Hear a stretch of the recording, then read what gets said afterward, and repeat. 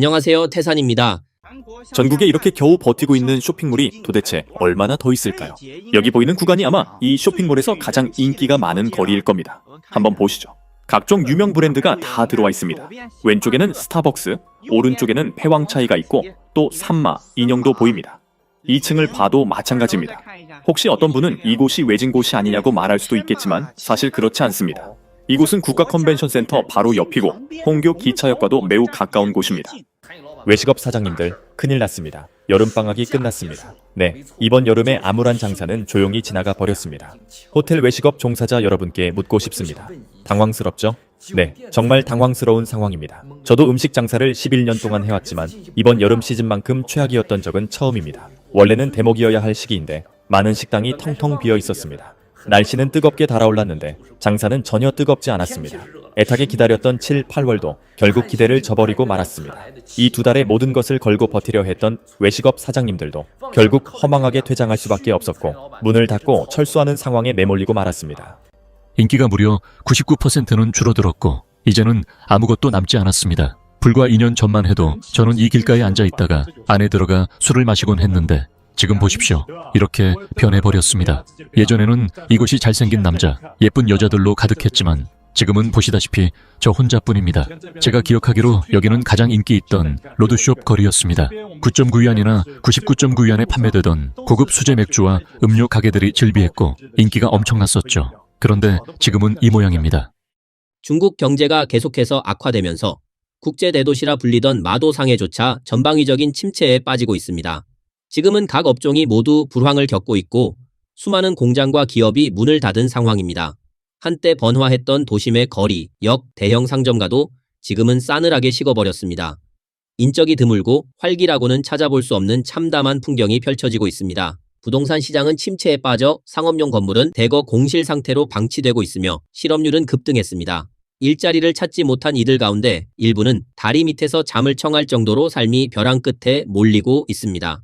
오늘날 상해는 눈으로 확인 가능한 대규모 쇠퇴의 전형적인 모습을 보여주고 있습니다. 많은 누리꾼들이 이렇게 묻습니다. 지금의 상해, 도대체 무슨 일이 벌어지고 있는 것인가? 오늘 이 시간 저희가 함께 상해의 이야기를 살펴보겠습니다. 상해건공도 결국 버티지 못했습니다. 올해 상반기 각종 지표가 모두 하락했고 매출과 이익이 전반적으로 20% 이상 떨어졌습니다. 더 심각한 것은 회사가 연말까지 기존 인원 14,000명에서 8,000명 이하로 줄일 준비를 하고 있다는 소식입니다. 이미 온라인에는 직원들이 올린 해약 통지서가 올라왔습니다. 그것도 한 번에 통보한 것이 아니라 순차적으로 정리해고를 진행하고 있다고 합니다.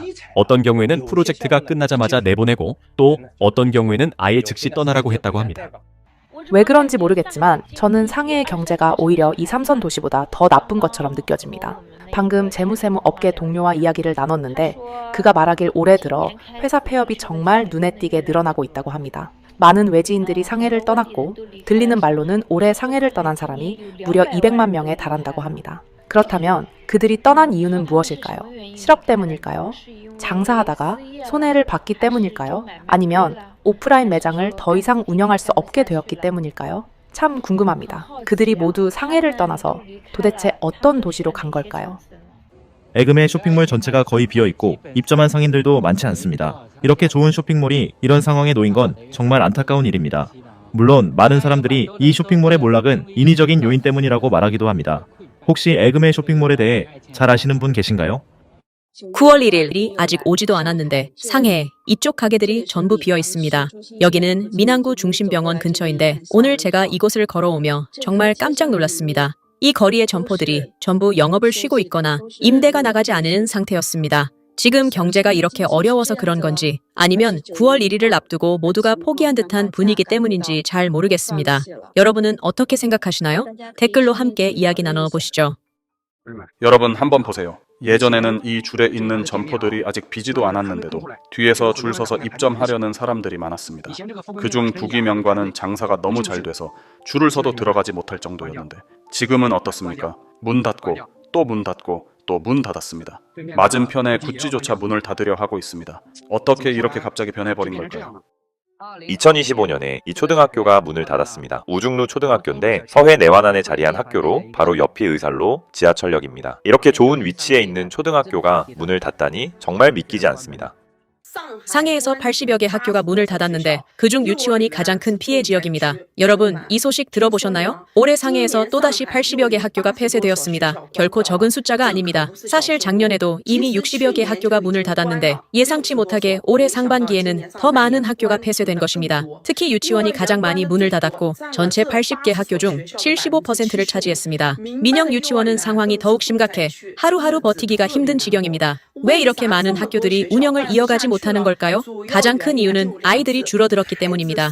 유치원 입학 아동 수만 봐도 알 수 있는데 불과 6년 사이 상해에서 유치원에 다니는 아이가 거의 40% 가까이 줄었습니다. 이제는 그만큼 아이들이 많지 않은 것입니다. 여러분 혹시 느끼셨습니까? 상해가 점점 더 썰렁해지고 밤의 도시라 불리던 활기가 사라지고 있다는 사실 말입니다. 최근 한 누리꾼이 올린 질문이 무려 2,400만 명의 관심을 끌었습니다. 그는 이렇게 회상했습니다.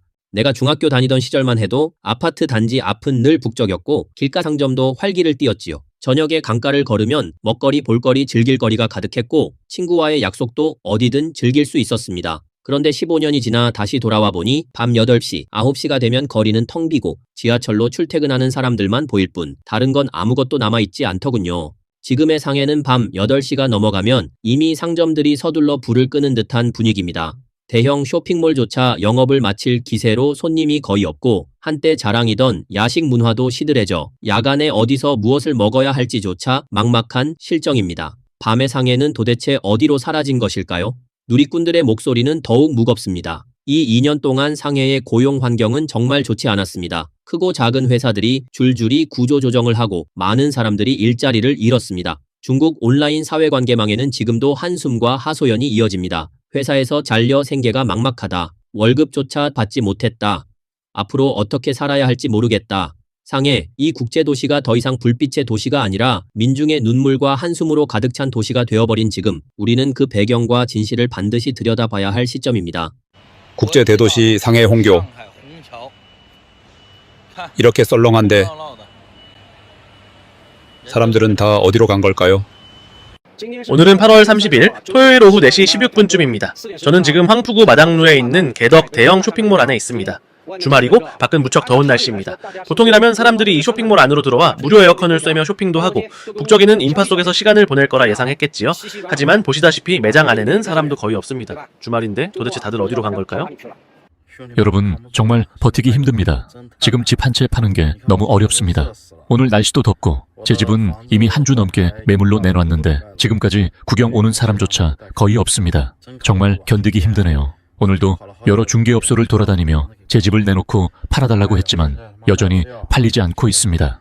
제가 이 집을 2021년에 240만 위안에 샀는데 지금 중개업자가 말하길 겨우 100만에서 140만 위안 정도나 거래될 거라고 합니다. 그래서 저는 150만 위안에 내놨지만 아예 보러 오는 사람조차 없습니다. 보는 이가 없으니 그저 답답할 뿐입니다. 외식업 사장님들, 저는 먼저 물러나겠습니다. 더는 버티지 못하겠네요. 안녕히 계세요. 사실 큰 환경 탓이 큽니다. 2024년 5월부터 외식업 경기가 하락하면서 사람들이 외식을 꺼리게 되었고 시간이 지날수록 비용을 감당하기 어려워졌습니다. 저는 1년 넘게 버텼지만 매달 45만 위안을 보태야 했습니다. 게다가 예전 임대료와 인테리어 비용으로 이미 150에서 160만 위안을 쏟아부었으니 압박은 정말 컸습니다. 제가 소년에 처음 왔던 그 해 연말 밤을 기억합니다. 그때는 사람이 가득했고 계단은 움직일 수도 없을 정도였으며 가게마다 줄이 길게 늘어서 밤 11시가 넘도록 붐볐습니다. 인파가 정말 대단했지요. 하지만 어느 순간부터 상황은 무너졌습니다. 매달 억지로 돈을 메워 넣으며 언젠가는 장사가 나아지겠지 하고 기대했지만 결국 그렇지 않았습니다. 그래서 이제는 그냥 포기하려 합니다. 더는 그들과 함께 이 게임을 하지 않겠습니다. 새벽 4시 상해의 한 구석에 나는 2번 다시 가고 싶지 않은 곳이 있습니다. 이곳에서 일을 찾는다는 건 곧 살 길을 찾는 것이고 이곳에 모여든 수백 수천 명의 목적은 모두 같습니다. 오늘 운이 좋아서 길을 찾을 수 있을까 하는 희망뿐입니다. 저는 일거리를 찾으러 왔습니다. 사장이 사람을 구하러 오면 바로 저를 데려가겠지요.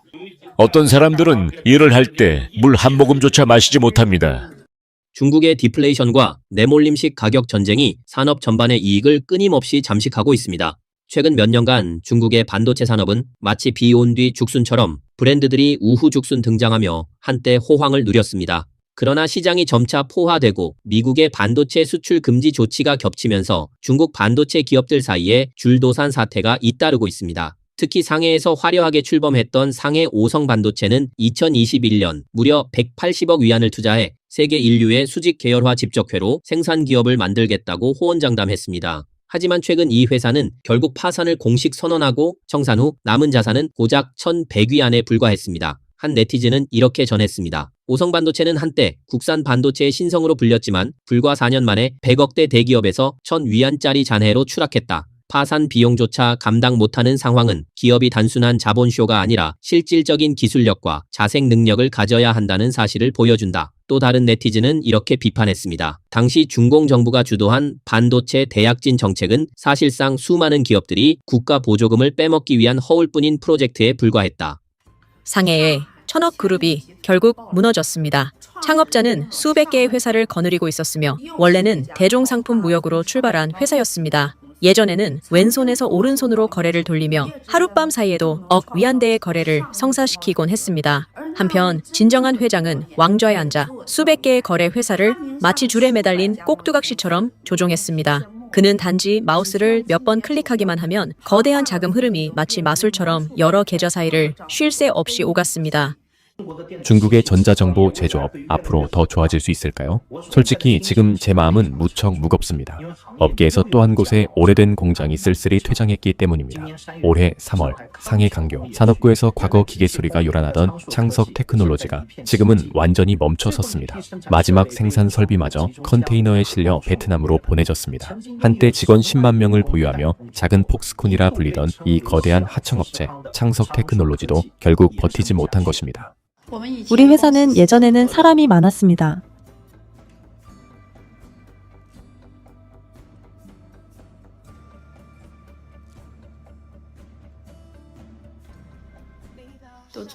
자리가 꽉 차 있었는데 지금 보세요.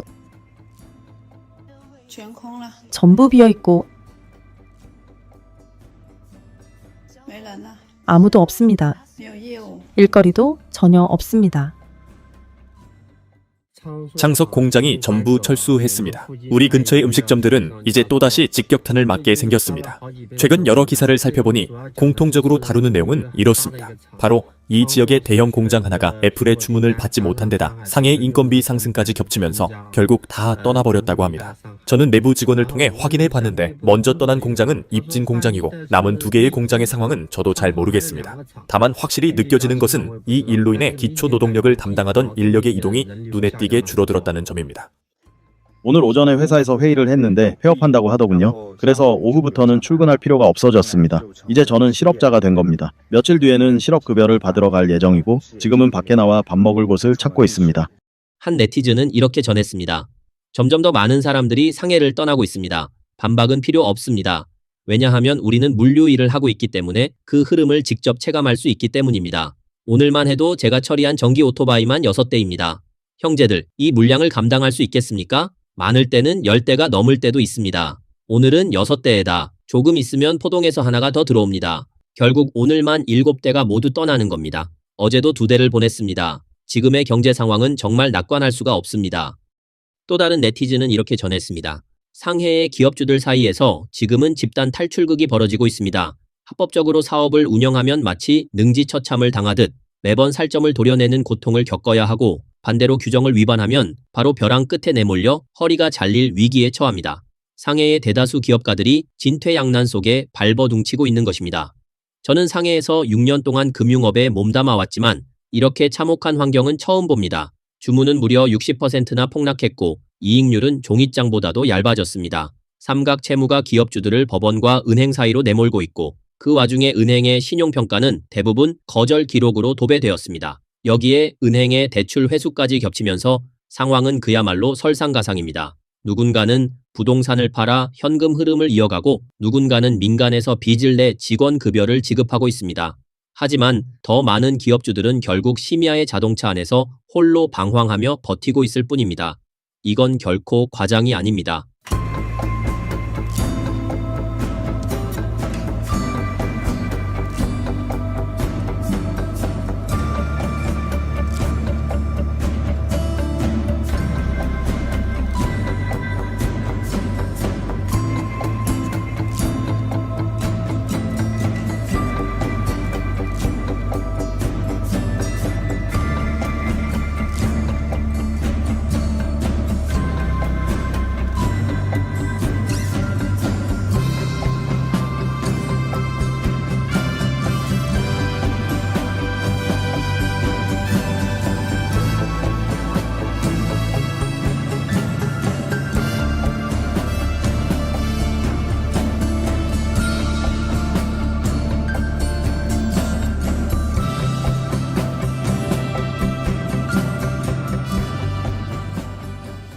오늘 영상은 여기까지입니다. 시청해주셔서 감사합니다.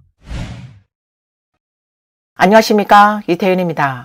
전부 버려진 듯 황폐합니다. 사람은 단 한 명도 보이지 않습니다. 오늘 우리는 한 마을에 도착했습니다. 이곳은 무인촌입니다. 마을 안에는 단 한 사람도 없습니다. 그렇다면 사람들은 모두 어디로 간 것일까요? 여러분은 알고 계십니까? 많은 분들이 가장 많이 물어보신 질문에 답하겠습니다. 이곳에 사람이 살고 있느냐는 것이었는데 제가 전부 확인해 본 결과 아무도 거주하지 않고 있었습니다. 이제 안으로 들어가 보겠습니다. 오, 여기에 엘리베이터도 있군요. 하지만 저는 타지 않겠습니다. 혹시라도 고장이 나서 안에 갇히면 구조해 줄 사람이 아무도 없을 테니까요. 다만 이 건물에 아직 전기가 들어온다는 사실은 분명합니다. 이 집 안에는 살림살이가 제법 잘 갖추어져 있습니다.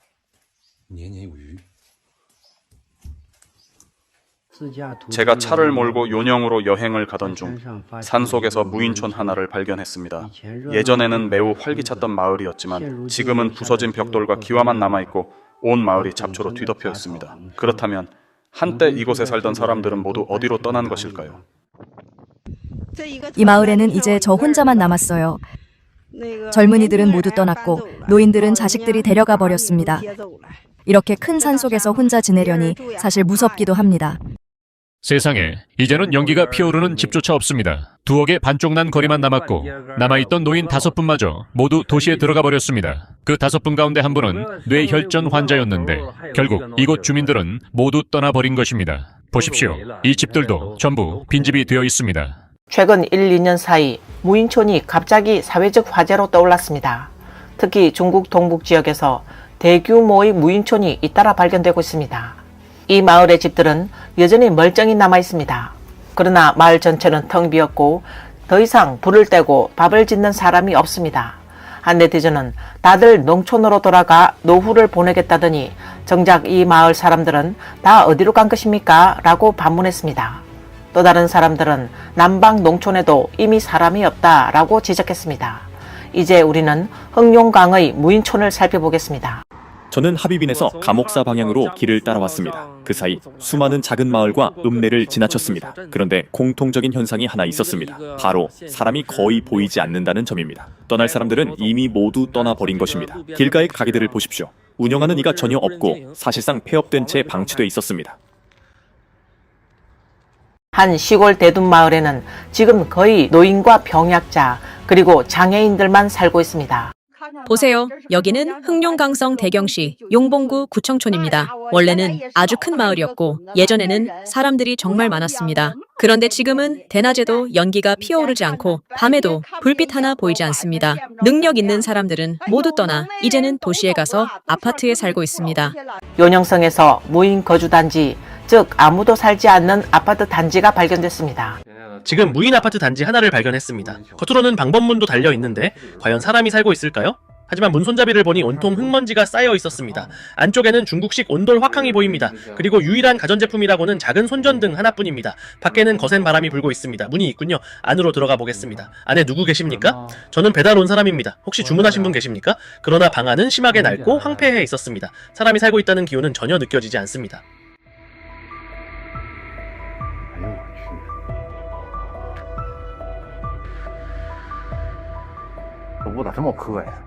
이 남성은 자신이 발견한 집 주변에 이와 같은 무인 거주 건물이 여러 채 있었다고 말했습니다. 이 무인 마을에는 학교와 병원까지 자리 잡고 있었습니다.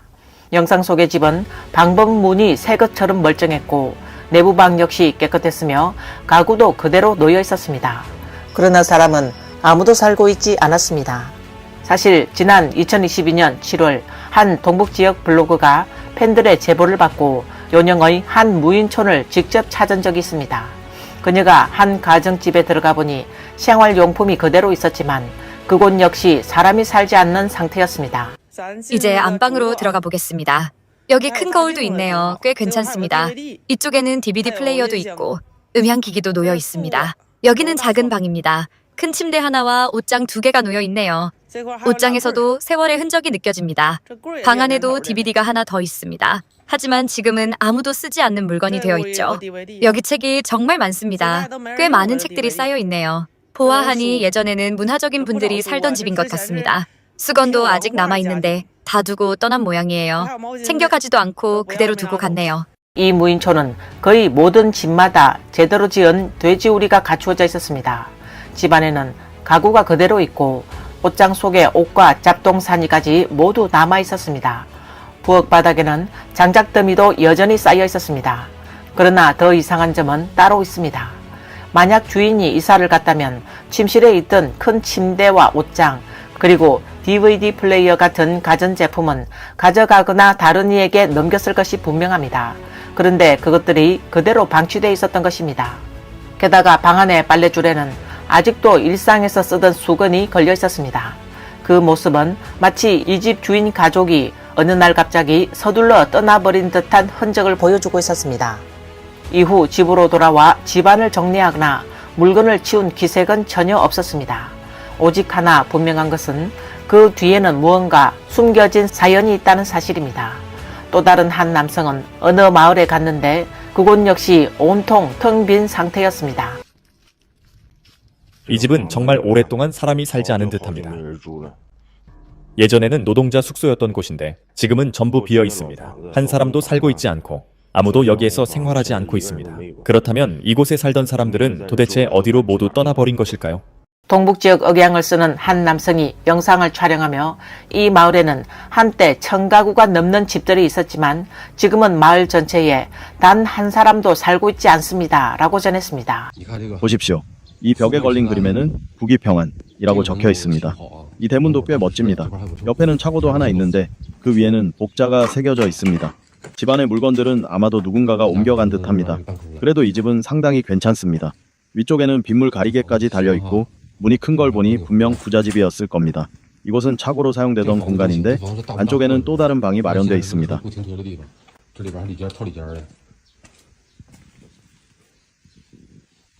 그리고 이 벽에 붙어있는 타일 그림은 정말 훌륭합니다. 이 집은 외관상 매우 웅장해 보입니다. 만약 집 주인이 스스로 이사를 갔다면 이렇게 집을 비워둘 리는 없습니다. 정상적인 경우라면 매각하거나 임대를 했을 것입니다. 해당 남성은 또 아마도 집 주인이 없는 사이 가구들을 전부 다른 사람에게 몰래 옮긴 것 같다라고 말했습니다. 결국 집안의 생활 흔적은 사라지고 건물만 남아 텅 빈 채로 방치된 것입니다. 이어서 이 블로그는 다른 무인주택들도 촬영해 공개했습니다. 이 대문 참 크네요. 안쪽 벽에는 큼지막한 복자가 걸려 있습니다. 이렇게 좋은 집인데 창틀은 모두 사라져 버렸습니다. 뒤쪽 집은 들어갈 수 있겠군요. 이 집은 인테리어가 꽤 잘 되어 있습니다. 저 집 대문은 잠겨 있어서 옆집을 통해 들어올 수 있었습니다. 안에는 여성용 하이힐이 남아 있는데 그것도 굽이 아주 높은 신발들입니다. 중국 동북 지역에는 이와 같은 무인촌이 매우 많습니다. 영상 속에서 몇몇 사람들이 한 무인촌에서 개를 산책시키고 있었는데 마을의 주택들은 대부분 멀쩡하게 남아 있었습니다. 그 안에는 단층집도 있었고 층수가 있는 건물들도 적지 않았습니다.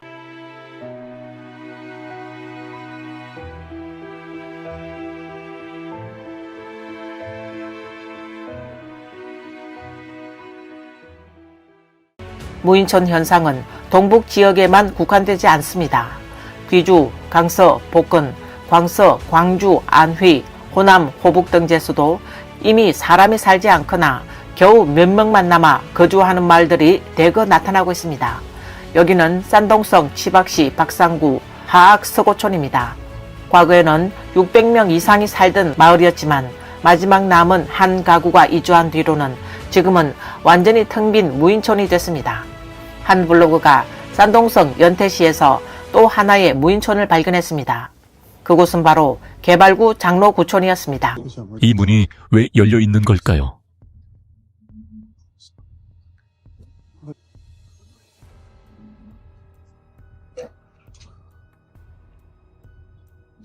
와, 이 방은 아직 버려지지 않은 것처럼 보입니다.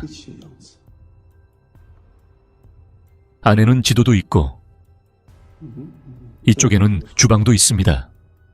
그러나 마을 전체는 이미 모두 비어버렸습니다. 여기는 산동성의 또 다른 무인 거주 마을입니다. 마을 안에는 건물들이 많지만 모두 사람이 살지 않고 있습니다. 더욱 이상한 점은 방 안에 그대로 남아있는 물건들입니다. 많은 의복과 여행용 가방까지 놓여 있어 정상적으로 이사간 흔적은 보이지 않습니다.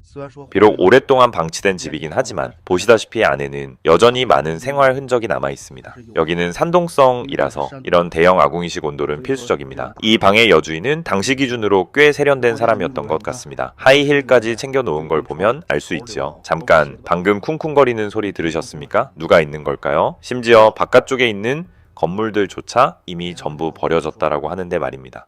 이 마을은 겉보기에는 꽤 아름답습니다. 어떤 집의 작은 마당에는 옥수수까지 심어져 있었습니다. 농촌에서는 보통 옥수수 수확이 끝나면 옥수수대를 베어내고 뿌리까지 뽑아 다음에 경작을 준비하는 것이 일반적입니다. 그러나 이 농가 마당에는 옥수수대가 그대로 남아있어 매우 이례적인 모습이었습니다. 화면은 하북성 중계농장의 무인촌을 직접 촬영한 장면입니다.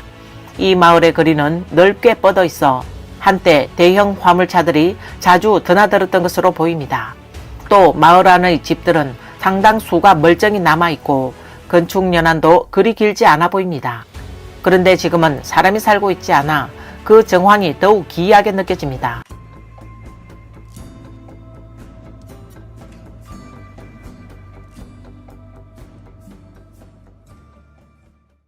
절강성 영파시 상산에서 한 무인촌이 발견됐습니다. 이 마을은 원래 300여 가구가 살던 곳이었지만 지금은 아무도 거주하지 않고 있습니다. 전해지기로는 이 마을은 청조 시기에 건립되어 100년이 넘는 역사를 지니고 있으며 마을은 북쪽을 등지고 남쪽을 향해 안전 배치로 바다를 마주한 해안 경관 주택이었습니다. 마을은 풍경이 아름다웠고 희소하게 바다 전망까지 갖춘 곳이었습니다.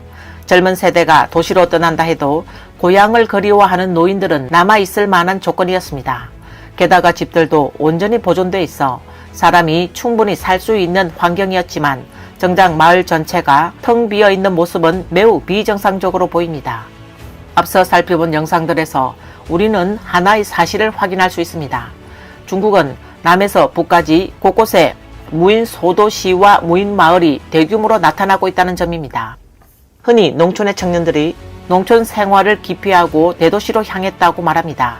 그러나 정작 중국의 도시들에서도 인구가 크게 줄었고 상점들은 줄줄이 문을 닫았으며 대형 상업시설조차 손님이 드문 실정입니다. 중공은 이 같은 상황을 도시화 정책의 성과라고 포장해왔습니다.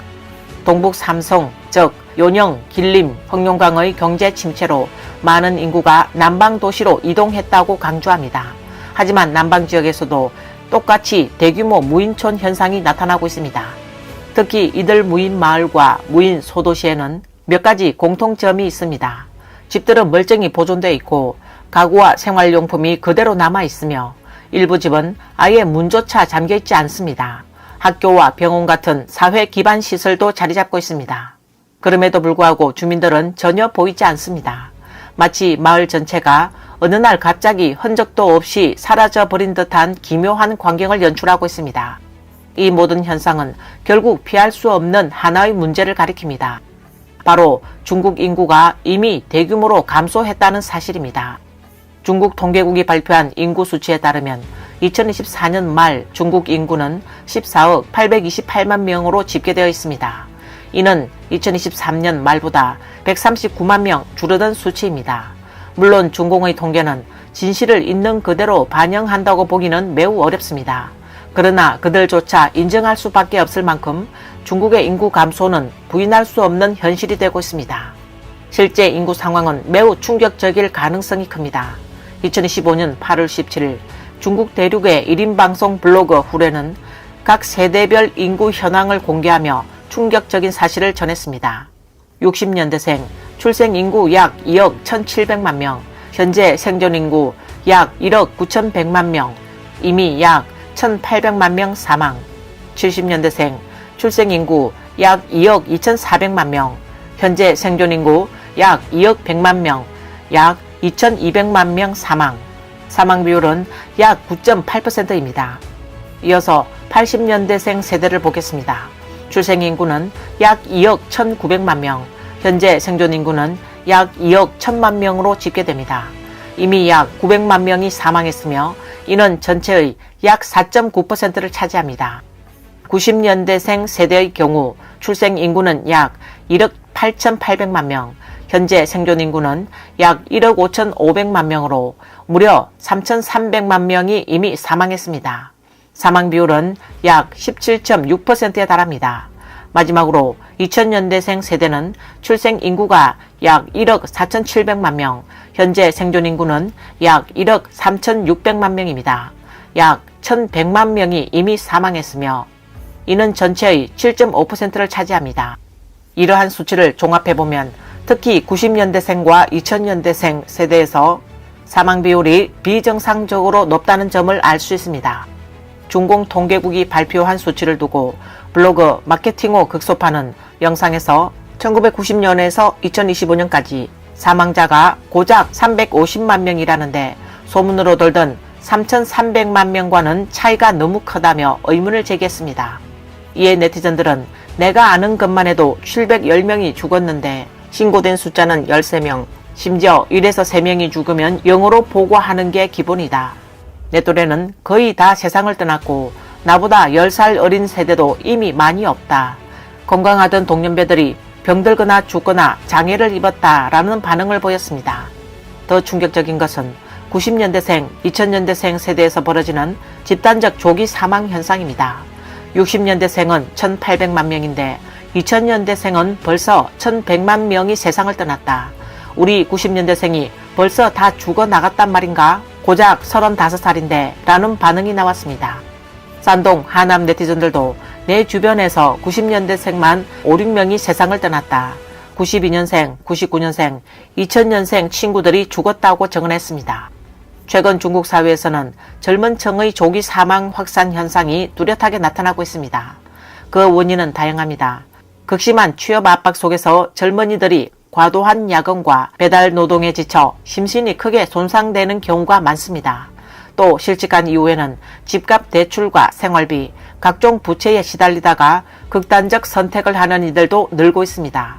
여기에 젊은 층이 즐겨 찾는 밀크티 같은 음료, 그리고 곳곳에 퍼져 있는 과학식품, 불량식품 역시 보이지 않는 방식으로 청년들의 건강과 생명을 좀먹고 있습니다.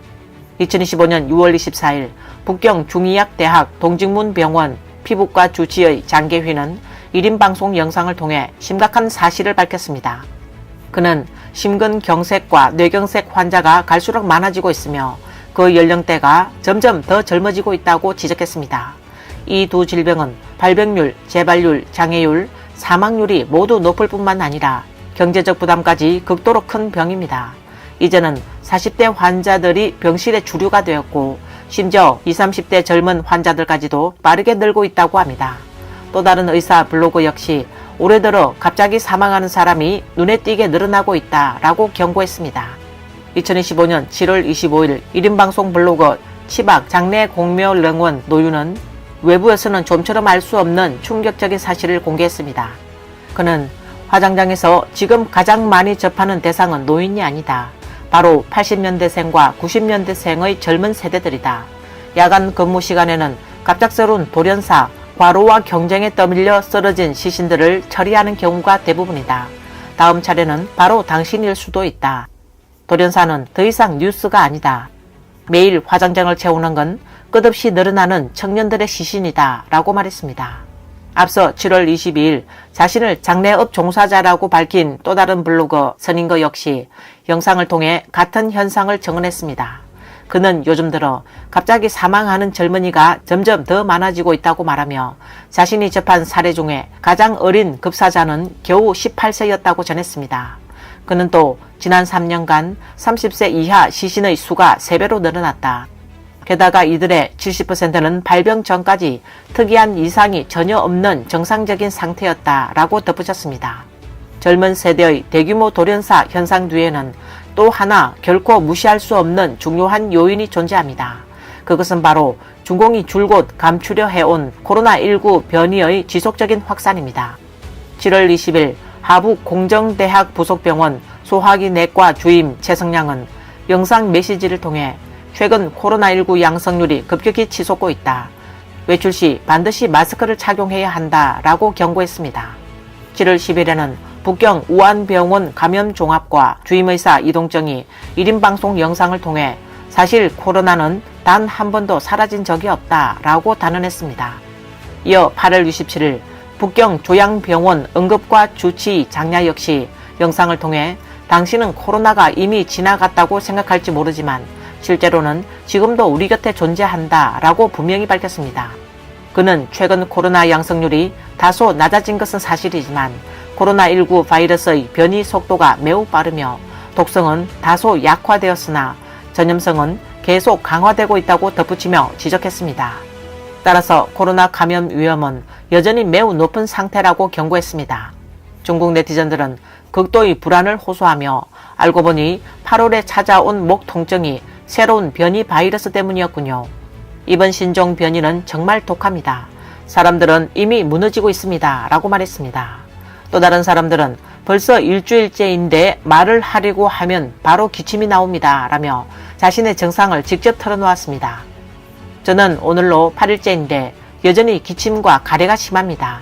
조금은 호전되었지만 여전히 어지럽고 정신이 몽롱합니다. 라고 댓글을 남겼습니다. 이 모든 증언은 중국인들이 처한 현실이 얼마나 심각한지를 보여줍니다. 사람들은 하루하루 생존을 위해 일하고 돈을 벌어 노부모를 부양하고 자녀를 키우며 무거운 집값 대출까지 떠안고 있습니다. 그런데 여기에 불량식품 문제와 코로나 재확산까지 겹치면서 삶은 더욱 벼랑 끝으로 내몰리고 있습니다. 그 결과 중공이 조국의 꽃, 미래 세대라 부르던 90년대생, 2000년대생 청년 세대가 믿기 어려운 속도로 세상을 떠나고 있는 것입니다.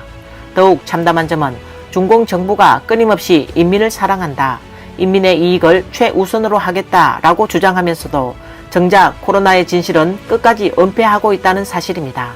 오늘 뉴스는 여기까지입니다. 시청해주셔서 감사합니다. 안녕하십니까, 이태윤입니다.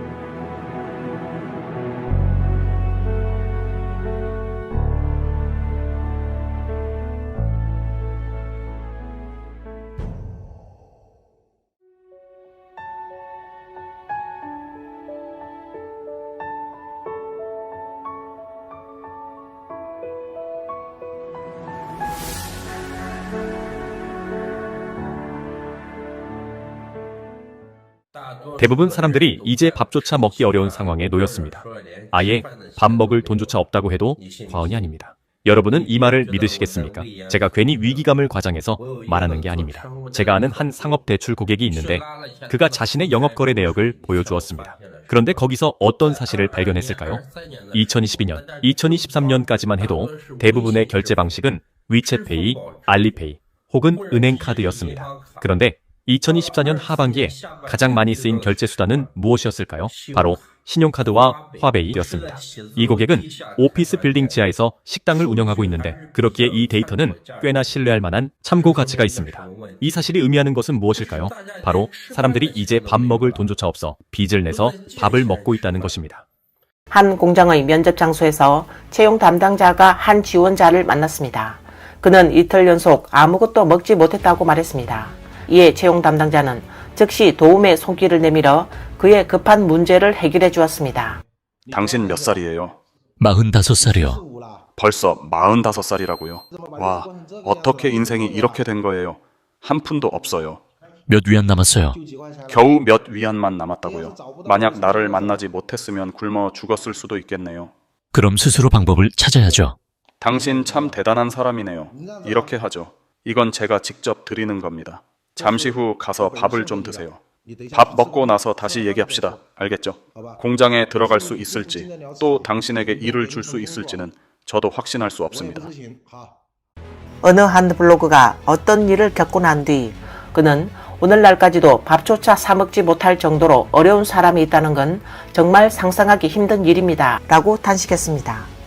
오늘 점심, 저는 충칭부역 기차역 근처에서 밥을 먹고 있었습니다. 그런데 제 옆에 앉아있던 한 아저씨가 제가 가져온 귤 몇 개를 계속 바라보고 있더군요.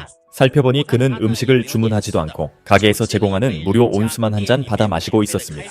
그러다 나중에 제게 다가와 말을 걸었습니다. 그는 이 지역 사람이 아니라서 말이 잘 통하지 않았습니다. 같은 말을 3번이나 반복했지만 저는 여전히 정확히 알아듣기 어려웠습니다. 다만 그의 의도를 짐작할 수 있었습니다. 그래서 제가 물었습니다. 혹시 제 식탁 위에 있는 이 귤을 드시고 싶으신가요? 그러자 그는 고개를 끄덕였습니다. 저는 식탁 위에 있던 귤을 모두 그에게 드리고 또 그를 위해 따뜻한 한 끼 식사도 주문해 드렸습니다. 블로그는 최근 몇 년간 돈을 구걸하는 거지는 종종 만났지만 단지 먹을 것만 원하는 사람은 만나지 못했다고 합니다. 그러면서 그는 탄식하듯 중생은 모두 고통 속에 있고 삶이란 결코 쉽지 않구나 라고 덧붙였습니다. 아이를 몇 명 낳는 게 좋다고 생각하세요? 안 나와요, 안 나와요. 그럼 지금 데리고 있는 건 당신 자녀인가요? 죽은 거예요. 한 명이면 충분해요. 지금 젊은 사람들이 아이를 낳는다면 몇 명 낳는 게 가장 좋을까요? 저는 아이를 안 낳는 게 제일 좋다고 생각해요. 지금은 출산 부담이 너무 커요. 만약 낳는다면 몇 명이 가장 좋을까요? 아이는 필요 없어요. 필요 없어요. 그럼 아이를 몇 명 낳는 게 좋다고요? 0명이요. 중국의 출산율은 지속적으로 하락하고 있으며 이는 젊은 세대가 미래에 대해 집단적으로 불안을 느끼고 있음을 반영합니다. 정부가 각종 출산 보조금을 내놓고 있지만 높은 집값과 불안정한 일자리로 현실적인 압박을 해소하기에는 역부족입니다. 사회 보장과 생활 안정성이 부족한 상황에서 출산은 더 이상 자연스러운 선택이 아니라 하나의 위험 선택이 되어버렸습니다. 특히 여성들에게는 직장 내 차별, 육아 부담, 그리고 자기 발전의 압박까지 겹쳐져 더욱 큰 어려움으로 다가옵니다.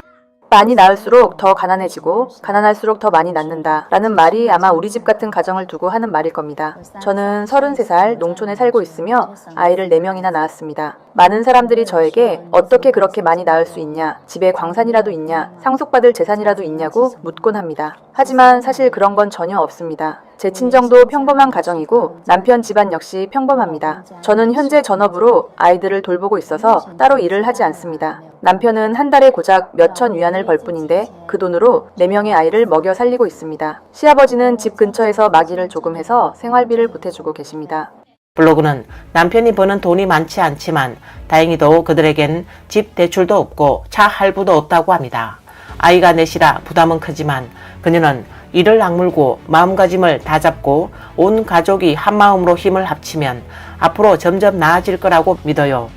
과거에는 많은 부모들이 아이들 학비를 감당할 수 없다고 말했지만 지금은 아이들이 직장에 다니는데도 경제적으로 도움을 줘야 하니 이제는 더 이상 뒷바라지를 할 수 없다라는 말까지 나오고 있습니다. 아이가 이미 돈을 벌고 있는데 왜 여전히 부모의 돈을 써야 하는 걸까요? 예를 들어 한 아이가 졸업 후 북경에서 생활한다고 가정해 봅시다. 우선 그의 수입을 보겠습니다. 갓 졸업한 신입사원이 북경에서 월급 5천 위안을 받는 건 흔한 일입니다. 그럼 지출을 따져봅시다. 집세, 수도, 전기, 요금, 교통비, 식비.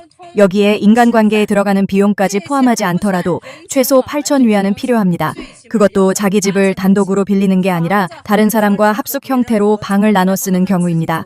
이런 자잘한 지출을 모두 합치면 8천 위안이 드는데 결국 그는 5천 위안을 벌고 부모가 3천 위안을 더 보태줘야만 생활을 유지할 수 있습니다. 학교 다닐 때는 한 달 생활비로 2천 위안만 주면 충분했는데 아이가 졸업해 일을 시작한 뒤에는 오히려 부모가 더 많이 보태줘야 하는 상황이 된 것입니다.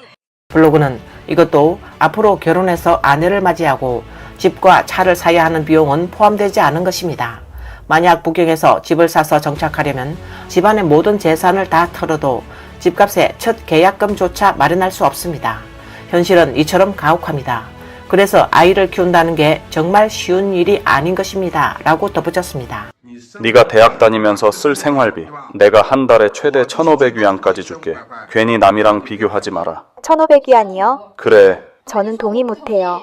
잘 생각해보세요. 최소한 3,000위안은 필요해요. 저는 대도시에 있는데 화장품도 사야 하고 과일도 먹어야 하고 네일도 해야 하고 옷도 사야 하잖아요. 이런저런 거 다 합치면 1,500위안으로는 어림도 없어요. 너는 18살짜리 여자애가 대학 가서 무슨 네일을 해. 과일은 적당히 사 먹으면 되고 하루 50위안, 한 달 1,500위안이면 충분하다고 본다.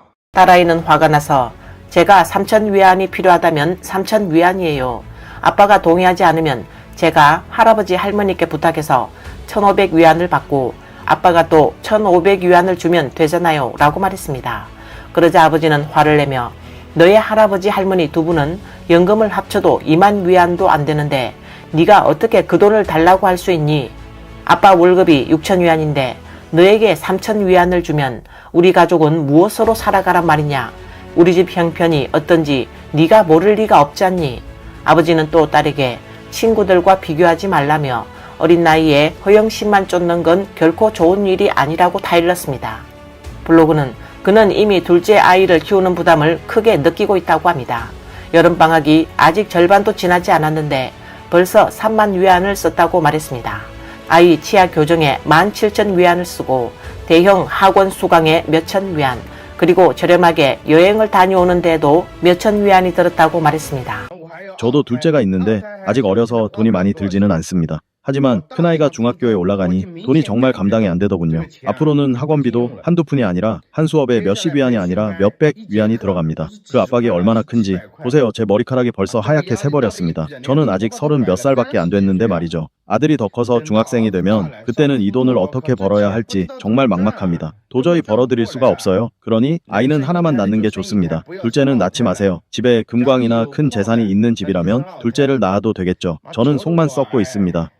제가 우리 집 한 달 지출이 8천 위안이라고 말하니까 많은 사람들이 너무 과장됐다고 하더군요. 그래서 오늘 직접 보여드리겠습니다. 아이 한 명에게만 한 달에 얼마나 드는지 보시죠. 먼저 이번 달에 낸 보육비와 급식비가 있는데 한 달에 2,300 위안입니다. 그리고 지난달에는 아이에게 장난감 자동차 하나를 사줬습니다. 아파트 단지에서 다른 아이들이 다 가지고 있어서 사준 건데 가격은 430 위안이었습니다. 일부러 비싼 건 고르지 않았습니다. 다음은 아이에게 사준 책입니다. 베이비버스 시리즈인데 거의 전부 다 샀고 평균적으로 한 달에 100에서 200 위안이 들어갑니다. 또 어린이 한자 학습 앱이 있는데 1년 회원비가 150 위안입니다. 그리고 예방접종 비용도 있습니다. 예방접종 수첩을 보시면 빽빽하게 기록되어 있는데 자비 부담 백신은 한 번 맞는데 보통 100위안에서 300위안 정도가 듭니다. 블로그는 저는 19위안짜리 슬리퍼 한 켤레를 3년째 신고 있습니다. 그런데 아이를 데리고 밖에 나가면 상황이 다릅니다. 사슴놀이 기구를 타고 놀거나 공룡 장난감을 타고 작은 장난감을 사주고 또 사탕 호두 하나만 사줘도 이런저런 비용이 합쳐져 매번 수십 위안이 듭니다. 한 달에 4-5번은 꼭 나가게 되는데 이렇게 합산하면 아이 한 달 양육비만 3천 위안이 들어갑니다. 정말이지 돈 잡아먹는 괴물이라고 할 수밖에 없습니다. 라고 말했습니다. 지금 많은 남자들이 가정조차 부양하기 힘든 상황에 놓여 있다는 사실 믿으시겠습니까? 중국 국제금융의 조사에 따르면 전국 14억 인구 가운데 월급이 2만 위안을 넘는 사람은 고작 약 70만 명에 불과합니다. 블로그는 노동부양률이라는 개념이 있는데 미국에서는 노동자 한 명이 평균 4.8명을 부양할 수 있고 독일은 6.8명을 부양할 수 있다고 합니다. 그런데 중국에서는 대부분의 사람들이 간신히 1.1명만 부양할 수 있는 수준이라고 합니다. 제 주변의 한 프로그래머는 월급이 8천 위안인데 사실 이 정도도 꽤 높은 편에 속합니다. 하지만 집 대출과 차 할부금을 제하고 아이 학비와 보충 수업비까지 계산하면 결국 손에 남는 건 2천 위안뿐입니다. 아내가 500 위안짜리 화장품 세트를 사고 싶어도 반년을 망설이다가 결국 사지 못했습니다. 알아두셔야 할 게 있습니다. 중국 남성의 90%는 월급이 5천 위안에도 못 미쳐서 소득세 기준선조차 넘지 못한다는 사실입니다. 이 돈으로 온 가족의 생활비를 감당하다 보면 오래 버틸 수가 없습니다. 예전에는 부모님이 월 1,000위안을 벌어도 온 가족을 부양할 수 있었지만 지금은 월 수입이 10,000위안을 넘어도 빠듯하게 살아야 하는 형편입니다. 이 여성 블로그는 제가 예전에 고향인 산두에 있을 때 어른들이 늘 딸은 키워봤자 소용없다라는 말을 하곤 했습니다. 그때는 그 말이 정말 듣기 싫었습니다. 하지만 제가 외지로 시집 온 뒤 지금 다시 곱씹어 보니 그 말이 전혀 근거 없는 얘기만은 아니구나 싶습니다. 라고 말했습니다.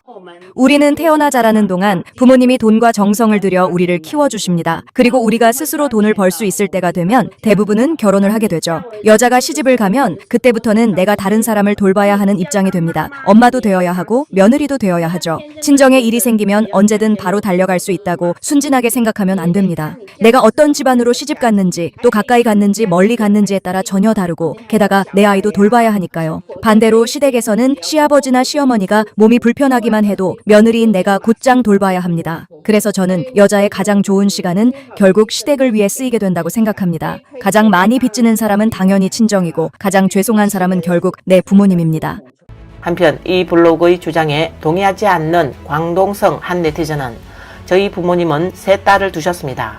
언니들이 부모님께 어떻게 하는지는 제가 관여할 수 없지만 저는 반드시 부모님께 집을 사드리고 생활비를 매달 빠짐없이 보내드리며 병이 나시면 직접 간호합니다. 아들들이 부모에게 해줄 수 있으면 저 역시 제 부모님께 해드려야 한다고 생각합니다. 남편 또한 당연히 지지하고 이해합니다. 왜냐하면 부모님은 저를 낳고 길러주신 분들이기 때문입니다. 마찬가지로 남편이 자기 부모에게 최선을 다하는 것도 저는 막지 않습니다. 부모가 자식을 헛되이 키웠는지 아닌지는 결국 딸 본인에게 달려 있습니다.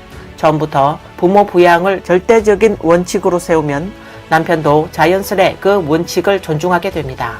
그렇지 않으면 딸이 불효하고 사위 또한 장인 장모를 존중하지 않게 되는 겁니다. 라고 반박했습니다. 그렇게 가난하면서도 왜 셋째를 낳느냐? 이것이 제가 댓글란에서 가장 많이 본 반응이었습니다. 하지만 누가 월급이 8,000위안이라고 해서 아이 셋을 못 낳는다고 정한 겁니까? 결국 사람마다 생각이 다른 법입니다. 가난하면 가난한 대로 키우는 방식이 있고 부유하면 부유한 대로 살아가는 방식이 있는 것이죠. 우리 집은 아이가 3명이지만 비록 그들에게 호화로운 생활을 누리게 해주진 못했어도 먹고 입는 데 있어서는 한 번도 부족하지 않게 했습니다. 아이들이 원하는 건 가능한 한 다 들어주려고 노력해 왔습니다. 또 어떤 사람들은 우리가 가난할수록 더 낳는다고 말하지만 우리는 아이들이 굶주리거나 입을 게 없어 본 적도 없고 교육을 소홀히 한 적도 없습니다. 그들을 남겨진 아이로 만든 적도 없습니다. 지난 세월 어디를 가든 우리는 새 아이를 모두 데리고 다녔습니다. 우리가 셋째를 낳은 건 단지 아들과 딸을 모두 두고 싶었고 후회 없는 삶을 살고 싶었기 때문입니다.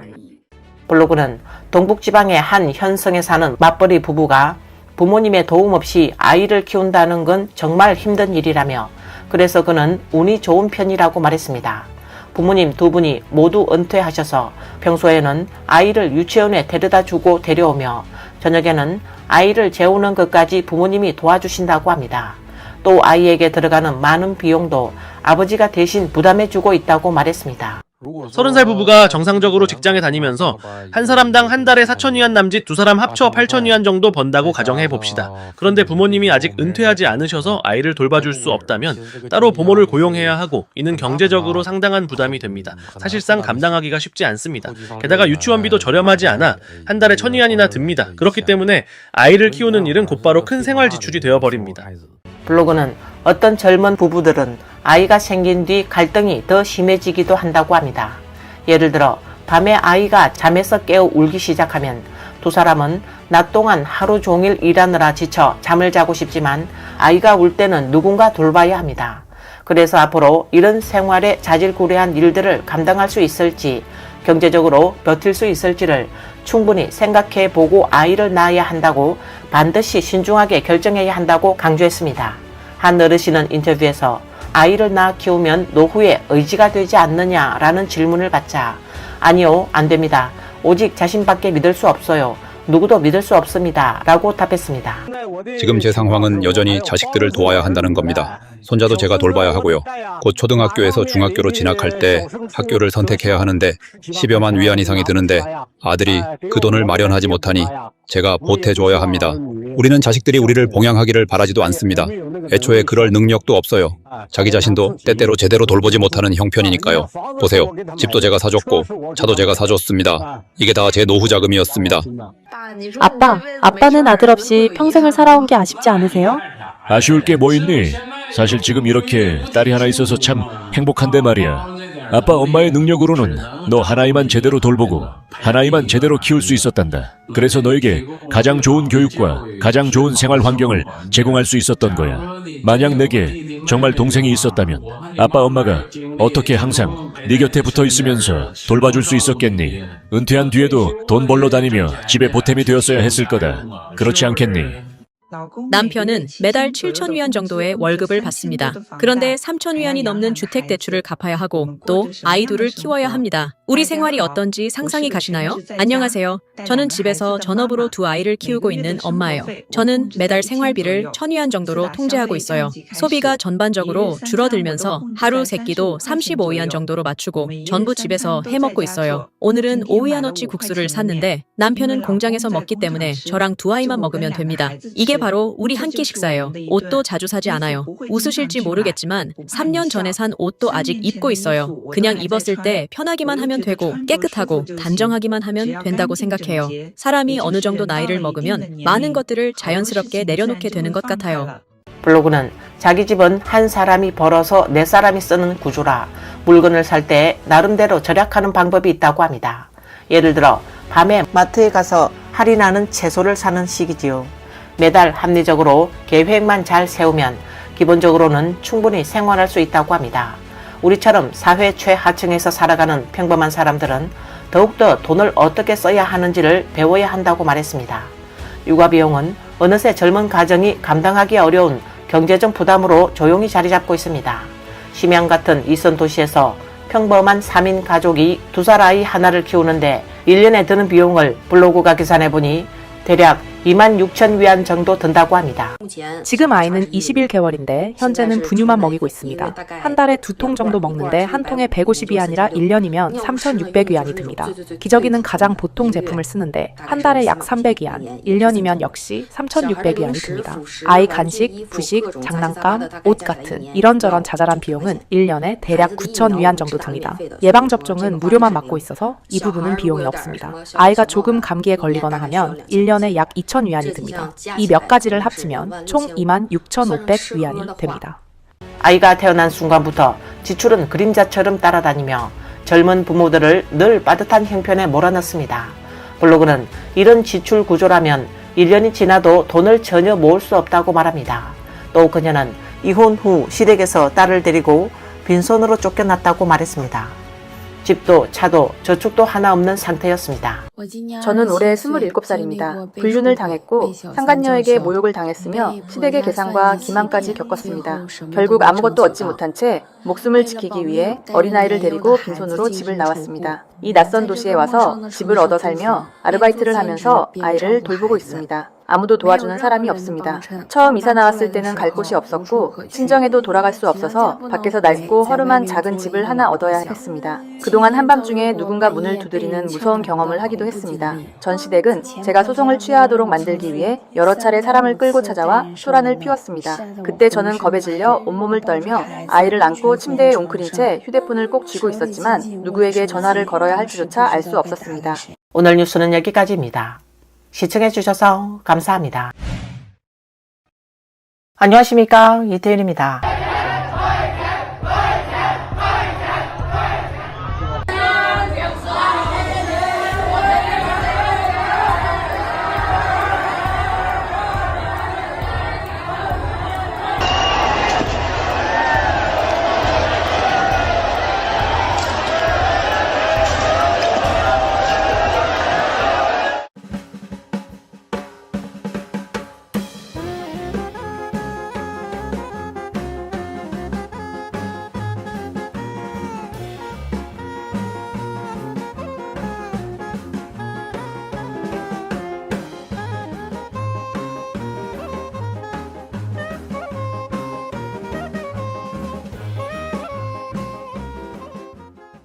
황금의 9월은 중국 본토의 개학철이지만 이번 학번 대학생들에게 새로운 캠퍼스 생활은 그리 즐겁지 않습니다.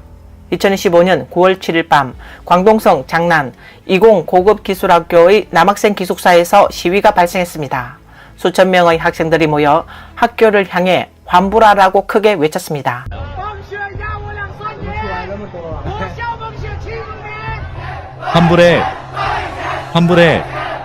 환불해. 내부 사정을 아는 한 학생은 이 학교가 올해 8월 23일부터 잦은 정전이 발생했다고 밝혔습니다. 하루 10번 넘게 전기가 끊긴 날도 있었다고 합니다. 이는 8월 23일 밤 정전 당시의 상황입니다. 9월 7일 밤 하루 종일 군사 훈련을 마친 학생들이 기숙사로 돌아왔습니다. 그러나 그들을 기다린 것은 충격적인 현실이었습니다. 광주의 무더운 날씨 속에서 기숙사에는 물이 나오지 않아 씻을 수 없었고 밤 9시 15분이 되자 학교 측은 학생들에게 강제로 취침을 지시했습니다.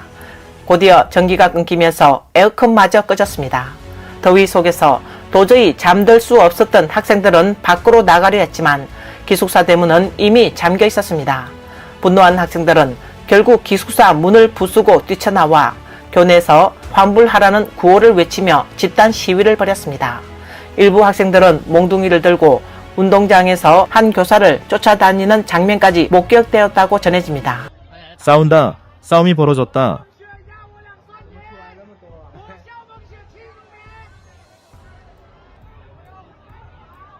곧 싸움 난다. 데모다.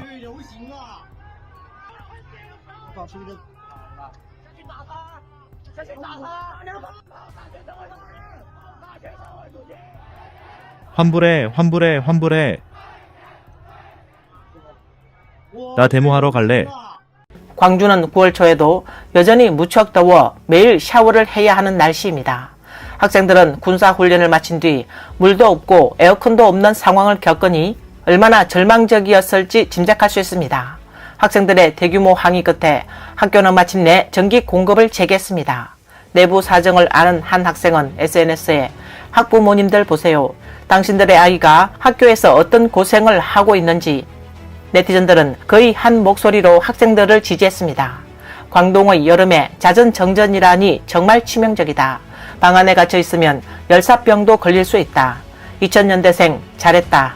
소위 고급 기술학교라더니 정전 단수에 거짓 통보와 기숙사 문까지 잠가 학생들을 억지로 권리수호 실습 현장으로 내몰았다. 공산당 놈들은 늘 수도회사와 전력회사를 시켜 노예들을 위협하려고 단수 정전을 일삼는다. 하지만 이 젊은 세대는 그런 협박 따윈 먹히지 않고 바로 거리로 나섰다. 그러자 공산당도 위협을 멈췄다. 만약 더 이어진다면 공산당 물러나라, 시진핑 물러나라라는 구호가 나올 차례다 라고 글을 올렸습니다. 또 이 학교에 재학 중인 다수의 1학년 신입생들이 충격적인 사실을 폭로했습니다. 광동성 강남이공 고급기술학교가 신입생 모집 당시 화려한 홍보와 영상으로 기숙사 환경을 강조했지만 실제 생활 조건은 전혀 달랐다는 것입니다. 학생들이 밝힌 바에 따르면 기숙사는 시설이 노후하고 위생 상태도 불량해 지저분하고 어수선한 상황이었습니다. 학교 측이 공개한 홍보 영상 속의 깨끗하고 현대적인 숙소와는 큰 차이가 있었던 것입니다. 스마트 도어 전원 스위치, 에어컨 가동.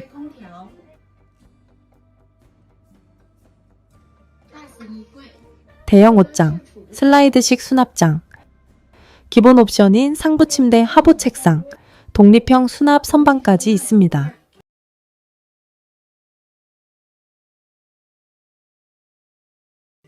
전기 부족? 그런 건 존재하지 않습니다. 이 학교가 대외적으로 배포한 홍보 영상 역시 우수한 숙박 환경을 강조했습니다. 영상 속에서는 기숙사가 상하층 구조의 책상, 침대가 기본으로 제공되며 24시간 에어컨과 와이파이가 설치되어 있다고 선전했습니다. 또한 세탁 편의를 위해 드럼 세탁기와 독립된 화장실, 샤워실까지 완비되어 있다고 홍보했습니다. 하지만 학생들의 눈에 비친 기숙사 환경은 이렇습니다. 원래 약속했던 6인실 기숙사가 12명이 한 방을 쓰는 형태로 바뀌었고 화장실도 오래된 구식 시설의 하나뿐이며 위생 상태도 매우 불결해 보였습니다. 이것은 다른 각도에서 촬영한 해당 학교의 기숙사 환경입니다. 한 네티즌은 이를 비꼬며 개학하자마자 곧바로 공장에 들어온 셈이다 라고 말했습니다. 즉 이곳은 대학 신입생 기숙사라기보다는 오히려 공장 기숙사 같다는 뜻이었습니다. 짐작할 수 있듯이 대학 생활에 대한 큰 기대를 안고 온 신입생들이 열악한 기숙사 배정 현실에 한 무리의 남학생들이 좁고 무더운 방에 갇혀 지내야 한다면 어떤 심정이겠습니까? 하루 종일 군사 훈련을 받아 땀에 흠뻑 젖었는데도 샤워조차 할 수 없다며 말입니다. 그리고 이런 상황은 일부 학교만의 문제가 아닙니다. 실제로 중국의 많은 대학 기숙사들이 열악한 조건을 안고 있습니다. 한 어머니는 아이를 후난의 한 대학교에 입학시키러 갔다가 학교의 교육 환경과 기숙사 환경을 보고 충격을 받았다고 합니다. 이게 학교예요? 선생님들은 관리도 안 하나요?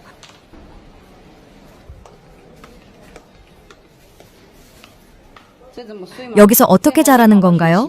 이런 데서 제대로 공부가 되겠어요?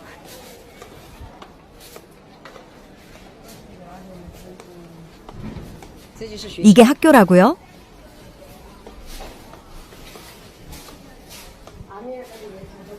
이곳은 철강 상업직업기술학교의 기숙사 환경입니다.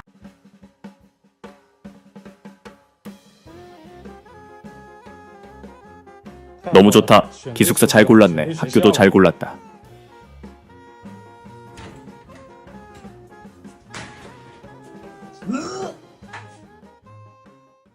이곳은 하북성 창주시 사범학원의 기숙사입니다.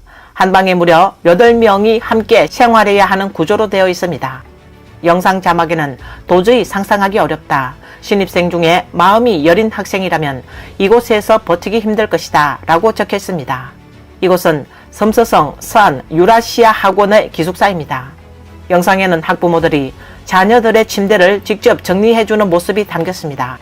자막에는 많은 부모들이 안타까운 심정을 표현했는데 계약 전까지 수많은 가능성을 생각했지만 기숙사 조건이 이럴 줄은 전혀 예상하지 못했다. 20년 전 기숙사와 다를 바 없다 라고 말했습니다. 광동성 모명 고주의 한 학부모가 직접 학생 기숙사 내부를 촬영했습니다. 영상에는 낡고 열악한 기숙사 환경이 그대로 드러났습니다. 부모는 자막을 통해 2025년이 되었는데도 정말 충격적이다. 우리 아이가 이렇게 열악한 곳에서 지내고 있을 줄은 정말 몰랐다 라고 토로했습니다. 또한 더 충격적인 기숙사 환경도 공개되었습니다. 이보다 더 열악할 수 있을까라는 탄식이 나올 정도였습니다. 학부모들은 영상을 보며 과연 이런 시설을 본 부모들의 심정이 어떠하겠느냐고 반문했습니다.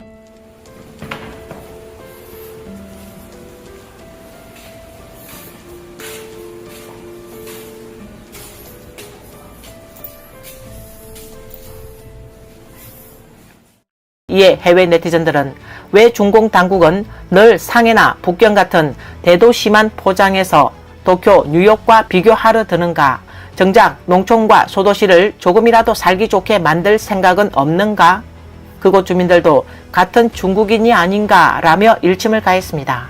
또 어떤 이는 내가 차라리 기숙사 문 하나 기부하겠다며 냉소를 표했고 돈은 아프리카와 러시아 아버지에게 퍼주고 결국 고통은 중국 백성이 짊어진다. 호남성 관료들은 부패에만 몰두할 뿐 민생에는 관심조차 없다라는 성토가 이어졌습니다.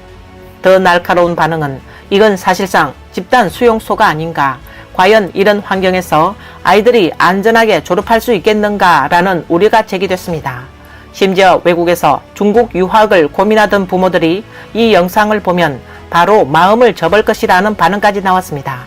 사실 기숙사의 객관적인 조건만으로 한 학교의 주거 환경을 평가한다면 이는 그저 밥만 먹을 수 있으면 된다는 가장 기초적인 수준에 머무르는 것입니다. 그러나 오늘날의 대학생들은 분명히 그 이상의 생각과 요구를 가지고 있습니다. 저는 기숙사 제도가 대학생들의 정신에 상처를 준다고 생각합니다. 18제곱미터 방에 6명이 함께 살다 보니 기숙사 안에서 울거나 전화하거나 혼잣말을 해도 모두의 구경거리가 됩니다. 커튼을 친다고 해도 사생활은 보장되지 않고 누군가가 있는 한 자신의 감정은 고스란히 노출될 수밖에 없습니다. 학교는 집단주의를 요구하지만 정작 지도자들은 대형 기숙사 방에서 함께 자지 않습니다. 경제 수준은 나아졌지만 기숙사 환경은 여전히 국제 기준에 한참 못 미치고 늘 국정이나 고생 정신을 핑계로 삼습니다. 이 장면은 많은 대학생들의 진심 어린 목소리를 그대로 드러내고 있습니다. 중공은 늘 중국 국민의 생활 수준이 크게 향상되었다고 강조하며 국민들에게는 긴축 생활을 강요하고 이른바 고난을 견디는 정신을 요구합니다. 그러나 정작 고위 간부들과 그 자녀들은 대형 다인실에서 생활하지 않습니다. 일반 학생들이 좁은 기숙사에서 겪는 불평과 고통을 결코 체감하지 못하는 것입니다. 이처럼 편안하지 않은 생활 환경 속에서 학교가 학생들의 다른 권리마저 제한한다면 반발을 불러오는 것은 당연합니다.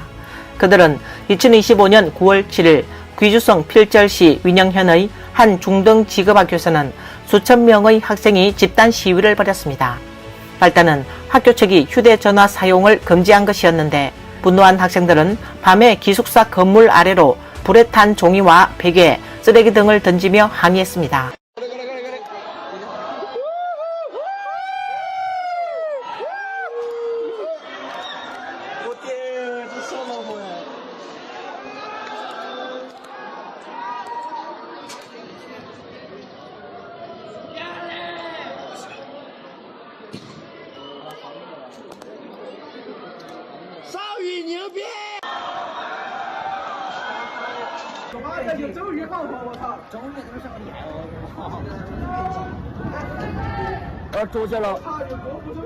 이것은 학생들이 기숙사 건물에서 크게 외치는 소리입니다.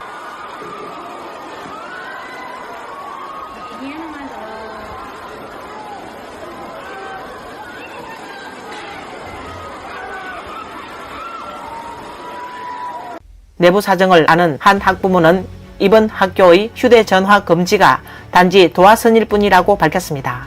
학생들은 이미 오래전부터 학교에 대한 불만을 마음속에 쌓아두고 있었는데, 예를 들어 식당 음식이 부실하고 기숙사 조건이 열악하며 교사들의 수업 태도도 성의가 없다는 점들이 그것입니다. 이런 누적된 불만이 이번 폭발의 시위로 이어졌다는 것입니다. 2025년 9월 7일 중원절 이튿날 귀주성 중등지급학교에서 일어난 학생들의 집단적 항의 시위는 분노한 학생들이 불붙은 휴지를 기숙사 창밖으로 던졌는데, 멀리서 보면 마치 전설 속의 귀신불처럼 보였습니다. 하얀 종이 뭉치가 밤하늘에 흩날리는 모습은 마치 죽은 자를 기리는 제사 집회 같았고, 이는 마치 학생들이 중공을 향해 종이를 태워 제사를 지내는 듯한 풍경이었습니다. 마침 얼마 전 북경에서 화려하게 열병식을 끝낸 중공 정권을 조롱하듯 그 장면은 하나의 장송 행렬처럼 비쳤습니다. 이를 단순한 우연이라 하기보다 하늘이 보여준 뜻으로 보는 이들이 많았습니다. 왜냐하면 같은 날 밤 9월 7일에서 8일로 넘어가는 새벽 하늘에는 보기 드문 혈월이 떠올랐기 때문입니다. 며칠 전 발표 뉴스에도 말했다시피 당대 예언가 이순풍은 얼사점에서 달이 붉게 물드는 것은 병화와 가뭄을 예고한다 라고 기록한 바 있습니다. 이런 맥락에서 본다면 이번 현상은 중공에게 있어 마치 큰 불길한 징조로 읽힐 수밖에 없습니다. 중공 치하에서 대학 기숙사 환경이 열악하다는 사실은 이미 널리 알려져 있습니다. 더 나아가 일부 학교들은 학생들을 식당 이용에 강제로 묶어놓고 운영 주체가 학교의 관계자일 경우 식사의 질은 형편없을 뿐만 아니라 심각한 안전 문제까지 노출됩니다. 그 여파는 개학 직후 곧바로 드러났습니다. 2025년 8월 31일 심양 사범대학에서는 개학 이틀 만에 대규모 식중독 사태가 발생했습니다. 수많은 학생과 부모들이 집단적으로 구토와 설사, 고열 증세를 보였고 병원과 진료소는 환자들로 가득 찼습니다. 2087명이 중독되었습니다. 이 대학에서 발생한 이번 집단 중독 사건은 큰 주목을 끌었습니다. 더 기이한 점은 학교가 사태 발생 직후 학생과 부모의 건강 문제를 해결하기보다 먼저 사건을 은폐하려 한 것입니다. 학교 측은 학생들의 온라인 폭로를 차단했고 나아가 처분까지 하겠다는 협박까지 가했습니다. 9월 3일에는 피해 학생들을 위로하기는커녕 오히려 강제로 전교생들에게 중공 열병식 시청을 지시했습니다. 사태는 무려 일주일 동안 철저히 봉쇄되었고 9월 7일이 되어서야 학교가 공식 발표에 나섰습니다. 발표에 따르면 당시까지 총 2,087명이 장염 증세를 보였으며 이 가운데 270명은 여전히 회복되지 않았고 신규 환자도 발생하고 있었습니다. 학교 측은 원인을 노로바이러스에 오염된 자체 저수조라고 해명했습니다. 그러나 이 설명은 곧바로 학생들 사이에서 반박을 불러왔습니다. 많은 학생들이 병원 검사에서 세균 감염 판정을 받았고 백혈구 수치가 정상의 2배 이상 치솟았다고 증언했습니다. 가벼운 증상에 불과하다는 중공 당국의 발표와 달리 실제로 많은 학생들이 링거를 맞으며 고통을 호소했습니다. 또 다른 학생은 노로바이러스라면 전염성이 있어야 하는데 학교에 다녀간 부모들은 아무도 감염되지 않았습니다. 애초에 노로바이러스가 아닙니다 라고 말했습니다. 학생들은 학교의 수도관과 저수조 문제를 지적했습니다. 학교물에는 늘 녹과 석회 찌꺼기가 섞여 나왔고 방학이 끝나고 수도를 틀면 검은 찌꺼기가 흘러나오거나 물이 노랗게 변했습니다. 어떤 날은 수도꼭지물이 석유처럼 까맣게 흘렀습니다 라고 말했습니다. 이는 단순한 노로바이러스 집단 감염으로 설명될 수 없는 명백히 관리 부실이 빚어낸 인재라는 것입니다. 이것은 학생이 올린 영상입니다. 와, 이게 뭐야?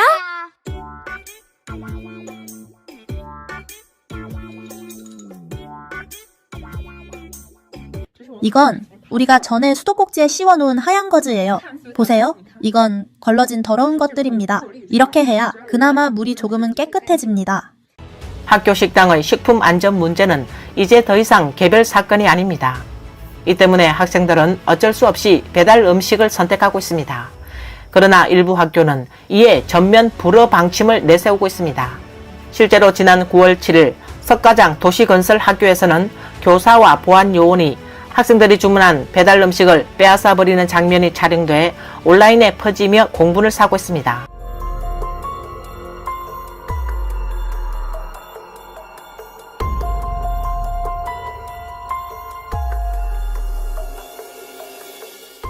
(2023년 10월 18일) 절강성 온주의 한 대학교에서는 학교 지도부가 직접 나서 학생들의 배달 음식을 담장 밖으로 던져버리는 사건이 발생했습니다.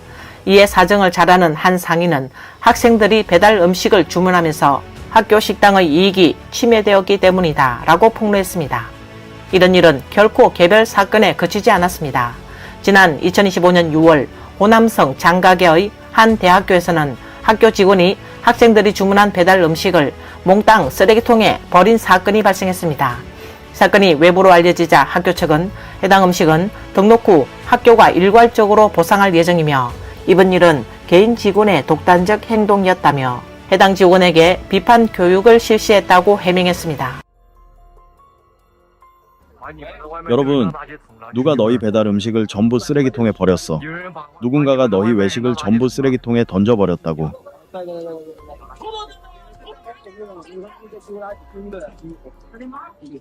이는 중국의 한 학교에서 실제로 촬영된 장면입니다. 영상 자막에는 학생들이 강제로 식당에서만 식사하도록 요구받고 주문한 외부 음식은 전부 보안 요원들에 의해 버려졌다. 학교가 돈을 벌려고 너무 기고만장해졌다 라고 적혀 있습니다. 이 충격적인 장면들은 중국 여러 지역에서 실제로 벌어진 일들입니다. 중국 경제가 끊임없이 하락하고 학력이 점점 평가절하되는 상황 속에서도 여전히 수많은 학생들은 오랜 세월 고된 공부 끝에 마침내 대학에 입학했습니다. 부모들은 허리띠를 졸라매며 자녀들을 대학에 보냈습니다. 그러나 누구도 예상치 못했을 것입니다. 막상 대학에 들어간 아이들이 가장 먼저 맞닥뜨린 것은 끔찍한 숙소 환경이었습니다. 먹고 자는 것은 인간이 살아가는 데 있어 가장 기본적인 조건입니다. 학부모들은 학교를 믿고 자녀를 맡겼지만 학생들은 식당에서조차 안심할 수 없는 음식을 먹게 되었고 집단 식중독 사태까지 발생했습니다. 그나마 형편이 나은 학생들이 외부 음식을 주문하면 교직원과 보안요원들이 무자비하게 버리고 있습니다.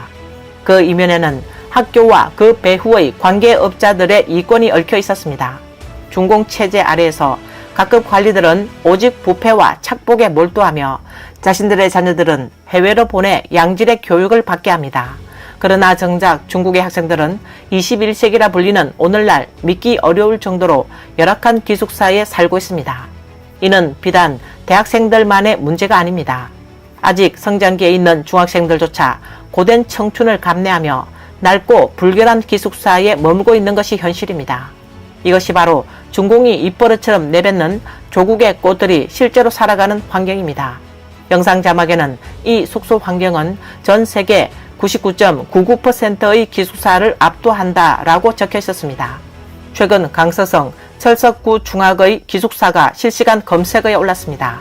한 학부모가 자녀를 학교에 데려다주면서 실제 기숙사 영상을 촬영해 온라인에 올렸고 이런 환경이 20년 넘도록 전혀 개선되지 않았다라며 비판한 것이 계기가 됐습니다. 보도에 따르면 기숙사 한 방에는 무려 12명의 학생이 함께 지내고 있었습니다. 아이들은 녹슨 철제 2층 침대와 썩은 합판 위에서 잠을 자야 했습니다. 방 안의 창문은 심하게 녹슬어 있었고 기숙사 문 역시 부서지고 낡아 있었습니다. 강서성은 무덥고 습기가 많은 지역임에도 불구하고 기숙사 안에는 선풍기조차 설치되어 있지 않았습니다. 일부 주민들은 이 학교의 기숙사는 30년 전에도 지금과 똑같았다라고 지적했습니다. 한 학부모가 올린 폭로글이 큰 반향을 불러일으켰습니다. 그는 아들이 다니는 강서성 철석구 중학기숙사를 처음 가봤는데 이렇게 낡고 비참한 환경일 줄은 몰랐다라고 말했습니다. 글에 따르면 복도는 지저분하고 오줌 냄새가 심했으며 침대는 녹슬고 일부는 판자가 썩어 있었습니다. 기숙사 문은 부서져 있었고 4층 옥상에 위치한 방에는 선풍기조차 없었습니다. 창밖 앞뒤로는 나무가 우거져 모기가 들끓을 수밖에 없는 환경이었습니다. 이 학부모는 20년 전 내가 다니던 중학교 기숙사보다 더 비참하다며 학생들을 이렇게 방치하는 교장이 과연 학생들을 생각하기는 하는가? 정말 안타깝고 죄짓는 일이야 라고 분노했습니다. 이 영상은 업로드 5시간 만에 조회수 1000만 회를 기록했지만 곧바로 삭제되었습니다. 해당 학부모는 이후 생방송에서 학교와 교사 그리고 지역 당국에서 전화가 빗발쳤고 직장 상사까지 윗선으로부터 압력을 받아 나를 불러냈다라고 증언했습니다. 결국 그는 강한 압박 속에서 영상을 삭제할 수밖에 없었습니다. 한 네티즌은 영상이 학교에 좋지 않다고 지웠다는데 그렇다면 학생들에게는 어떻게 하겠느냐라고 뼈아픈 질문을 던졌습니다. 또 다른 사례도 제기됐습니다. 허난성 구주시의 한 고등학교는 개학을 했지만 기숙사가 아직 완공되지 않은 상태였습니다. 바닥은 시멘트 그대로였고 벽은 칠조차 되어 있지 않아 마치 모피방, 즉 내부 마감 공사가 되지 않은 주택과 다름없었습니다. 그러나 학교 측은 항의하는 학부모에게 당신 집보다 우리 학교가 더 낫다 라고 오히려 큰 소리를 쳐 논란이 더욱 커졌습니다. 이게 바로 고등학생 기숙사입니다. 자극적이죠. 물 있죠. 전기 있죠. 문틀도 있죠. 에어컨도 있죠. 바닥 타일만 안 붙였을 뿐이에요. 학생들이 정상적으로 생활하는데 아무 영향 없습니다. 제 생각엔 당신 집도 우리 학교만 못할걸요? 학생들이 기숙사에 머무는 것도 다 돈을 내야 하는 일인데 학교 측은 여전히 뻔뻔하게 학부모들을 향해 큰소리쳤습니다. 게다가 중국 민중들이 서방 민주사회 국민들보다 훨씬 열악한 삶을 살고 있음에도 중공 당국은 여전히 모두에게 자신들에게 감사하라고 요구합니다. 한 남성이 용감하게 많은 사람들이 속으로만 품고 있던 진심을 말했습니다. 전문가들이 우리더러 사회에 감사하라고 한다. 뭘 감사하라는 건가? 누구한테 감사하라는 건가? 목숨은 부모님이 주신 것이고 돈은 내가 죽을 힘을 다해 번 것이고 학비도 내가 직접 낸 것이다. 병이 나면 집안 다 털어서 내가 치료비를 냈다. 집은 여기저기서 돈을 끌어다 모아서 내가 산 것이다. 노후자금도 내가 벌어야 한다. 교육, 의료, 주거, 그 어떤 것도 공짜가 아니다. 그래서 묻고 싶다. 당신이 말하는 그 감사, 내가 누구한테 해야 하는가?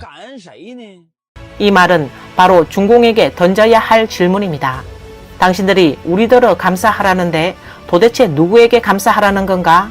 아무리 생각해도 그 대상이 중공일 수는 없지 않은가? 오늘 뉴스는 여기까지입니다. 시청해주셔서 감사합니다. 안녕하십니까, 이태윤입니다. 어느새 1년의 절반이 지나갔습니다. 얼마 전 원창군열산 아파트 집주인과 이야기를 나눌 기회가 있었습니다. 처음에는 담담히 말하던 그가 최근 몇 년간 겪은 경제적 압박을 이야기하다가 결국 눈물을 참지 못하고 흘렸습니다. 그는 올해에는 얼마를 손해보더라도 반드시 집을 팔고 아내와 아이들을 데리고 고향으로 돌아가 정착하겠다고 했습니다. 고향은 생활비도 적게 들고 연로하신 부모님도 그곳에 계시기 때문입니다. 설령 자신이 거리에서 떠돌게 되더라도 상관없다고 했습니다. 저는 그에게 하무는 노력하면 해낼 수 있는 곳이니 쉽게 포기하지 말라고 설득했지만 그는 고개를 저으며 이렇게 말했습니다. 지금은 아무것도 중요하지 않아요. 그저 살 수만 있으면 됩니다. 가족을 잘 돌볼 수 있으면 그걸로 충분합니다.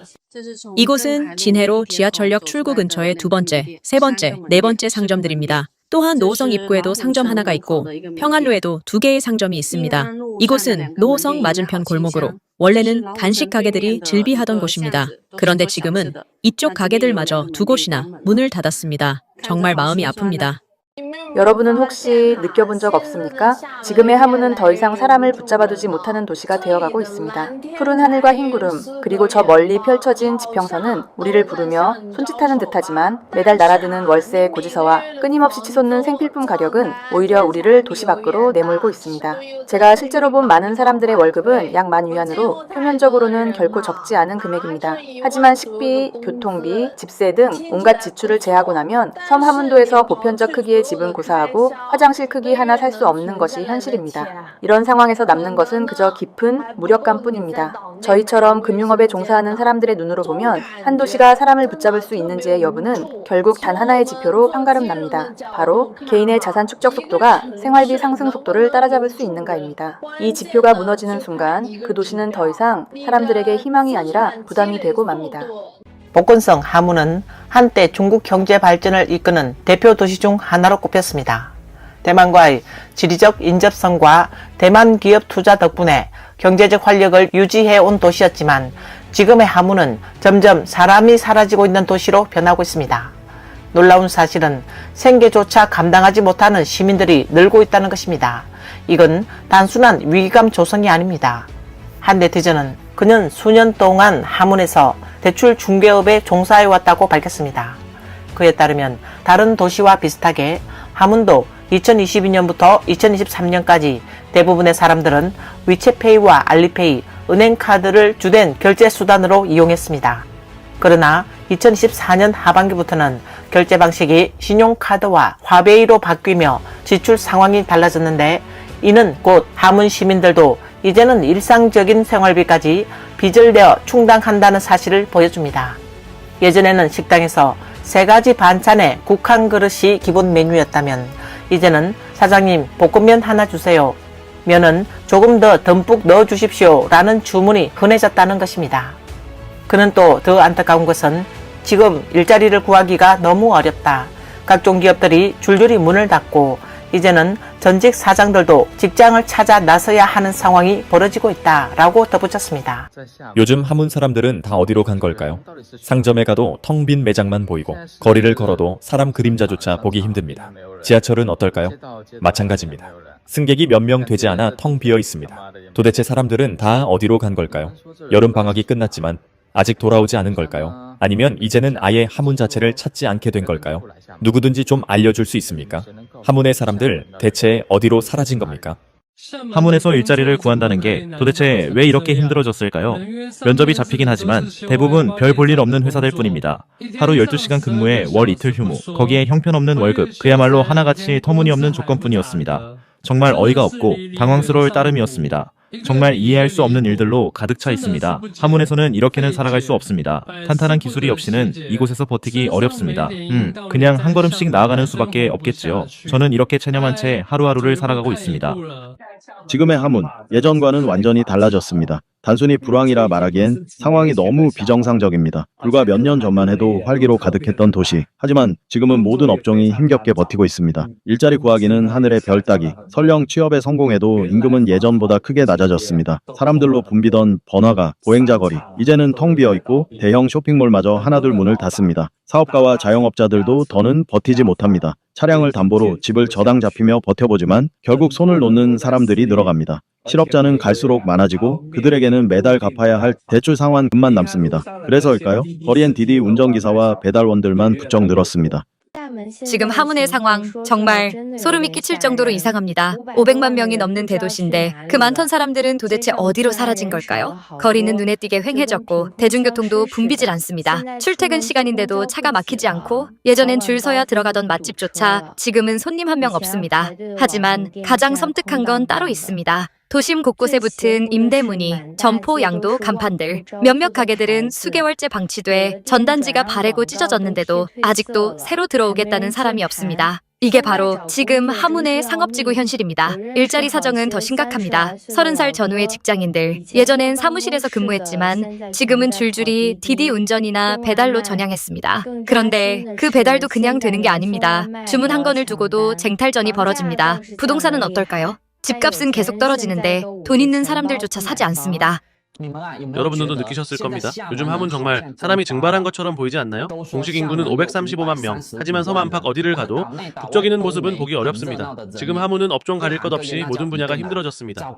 특히 취업 시장은 말 그대로 극한 경쟁, 실업자는 점점 늘고 많은 이들이 고향으로 또는 다른 도시로 떠나고 있습니다. 자영업자와 사장님들 겉으로는 말하지 않지만 그들의 표정만 봐도 압니다. 정말 버티기 힘들다는 걸. 길거리엔 상가 임대, 점포 양도, 간판이 넘쳐나지만 정작 들어올 사람은 없습니다. 소비 패턴도 완전히 바뀌었습니다. 사람들이 이제는 현실을 깨달은 겁니다. 무리하지 않고 그저 소비 자체를 직접적으로 낮춰버린 겁니다. 최근 몇 년 사이 중국 대만 양안 간 지정학적 긴장이 고조되고 여기에 중국 경제의 전반적인 침체 그리고 미중 무역전쟁의 여파까지 겹치면서 결국 대만 기업들마저 중국에서 대거 철수하기 시작했습니다. 그 여파는 특히 복권 지역의 직격탄으로 돌아왔습니다. 한때 대만 투자 기업들의 핵심 거점이었던 이 지역은 지금은 급격히 경제 위축과 함께 곳곳이 썰렁한 분위기로 뒤덮여 있습니다. 와, 고랑서. 여기 분위기 보이시나요? 직접 눈으로 확인할 수 있을 정도로 정말 썰렁합니다. 예전엔 사람들로 북적이던 거리. 지금은 빈 점포만 줄줄이 늘어서 있고 장사가 되는 곳이 거의 없습니다. 게다가 지금이 여름방학 성수기잖아요. 그런데도 관광객이 거의 없어요. 거리가 이렇게까지 조용한 건 정말 이례적인 일입니다. 요즘 함은 진짜 관광객이 눈에 띄게 줄었습니다. 여기 중산로 한번 보세요. 택시들이 줄줄이 서 있는데 정작 손님은 거의 없고 한참을 기다려도 태울 사람이 없습니다. 고랑서도 똑같아요. 예전엔 발 디딜 틈 없을 정도로 북적였는데 지금은 그냥 듬성듬성 몇 명 있을까 말까예요. 진짜 너무 썰렁해졌어요. 솔직히 말해서 지금 하문에서 일반 시민이 하루에 500위안을 버는 건 거의 불가능합니다. 배달 일을 해도 하루 300위안, 디디 같은 차량 호출 서비스도 그 수준입니다. 택배 배송은 하루 250위안, 환경미화원은 고된 일을 해도 100위안대 초반입니다. 경비원이나 음식점 직원, 서빙 아르바이트도 하루 130에서 200위안 수준에 불과합니다. 그럼 사무실에 앉아있는 화이트 칼라들은 어떨까요? 한 달 4에서 5천 위안, 이게 하문의 정규직 평균 월급선입니다. 이런 상황에서 누가 하루에 500위안을 번다고 말할 수 있겠습니까? 저는 2018년에 하문에서 집을 샀습니다. 당시 계약금만 150만 위안, 대출은 350만 위안을 받았습니다. 그때부터 지금까지 매달 18,000위안씩 꼬박꼬박 갚아왔고 6년 동안 상환한 금액만 130만 위안이 넘습니다. 그런데 지금 돌아보면 처음 넣었던 계약금은 사실상 사라졌고 매달 갚던 대출도 그냥 물거품이 된 느낌입니다. 게다가 인테리어와 가전에만 100만 위안 이상을 들였는데 이제는 그 모든 게 다 날아가 버린 기분이에요. 집을 팔아보려고도 했습니다. 같은 단지에서 360만 위안에 내놓은 집들이 있었고 저는 그보다 조금 높게 380만 위안의 매물로 냈습니다. 하지만 몇 달이 지나도 연락은 거의 없었습니다. 설령 정말 380만 위안에 팔린다 해도 실제로 제 손에 남는 돈은 거의 없을 겁니다. 제 인생에서 가장 후회되는 선택, 그건 바로 2019년에 집을 샀던 일입니다. 당시 분양사원이 이렇게 말했죠. 지금 안 사면 기회 없습니다. 그 말에 휩쓸려 부동산 시장이 가장 뜨거웠던 시기에 저희는 결국 가장 비싼 값에 집을 떠안은 집주인이 되고 말았습니다. 하지만 지금 돌이켜보면 제가 샀던 건 집이 아니었어요. 그건 제 인생에 스스로 파놓은 함정이었습니다. 매입가 760만 위안, 계약금만 310만 위안. 대출은 450만 위안을 받았습니다. 그로부터 6년, 며칠 전 대출 명세서를 확인하는데 손이 떨려서 화면을 제대로 볼 수가 없더군요. 그동안 갚은 이자만 100만 위안이 넘었고 정작 원금은 겨우 50만 위안 줄었을 뿐이었습니다. 이제는 더 이상 버틸 자신이 없습니다. 그래서 집을 내놨습니다. 580만 위안까지 낮춰 올렸지만 보러 오는 사람들마다 고개를 절레절레 흔들고 떠납니다. 비싸다는 말만 남기고요. 한때 복권 평담에는 중공의 우대 정책에 이끌린 수많은 대만 기업들이 몰려들었습니다. 이들이 뭉쳐 만들어낸 곳은 바로 대만 소진입니다. 중공 정부는 이를 양안 경제 협력의 상징으로 내세웠고 현장은 관광객과 상인들로 북적이며 황금기를 누렸습니다. 하지만 최근 몇 년 사이 양안 간의 지정학적 긴장이 갈수록 고조되고 중국 경제의 하강과 대내외 불확실성까지 더해지면서 이제는 대만 기업들마저 하나둘씩 철수하고 있는 실정입니다. 그 결과 과거 차량이 줄지어 다니고 인파로 북적였던 거리는 지금은 사람조차 구경하기 어려운 적막한 공간이 되어버렸습니다. 현재 소수의 점포만이 문을 열고 있을 뿐 전체 상권은 사실상 기능을 멈춘 상태입니다. 이곳 대만 소진, 이제는 사람 없는 유령 도시로 그야말로 공성으로 전락한 현실입니다. 이곳 대만마을 정말 너무 썰렁합니다. 그냥 한산한 정도가 아니라 완전히 적막한 분위기예요. 사람 기척은 거의 없고 문을 연 가게도 몇 곳 되지 않습니다. 이렇게 큰 쇼핑몰인데 둘러봐도 사람 그림자조차 보이지 않습니다. 게다가 그 유명했던 면세점마저 지금은 그저 썰렁할 뿐입니다.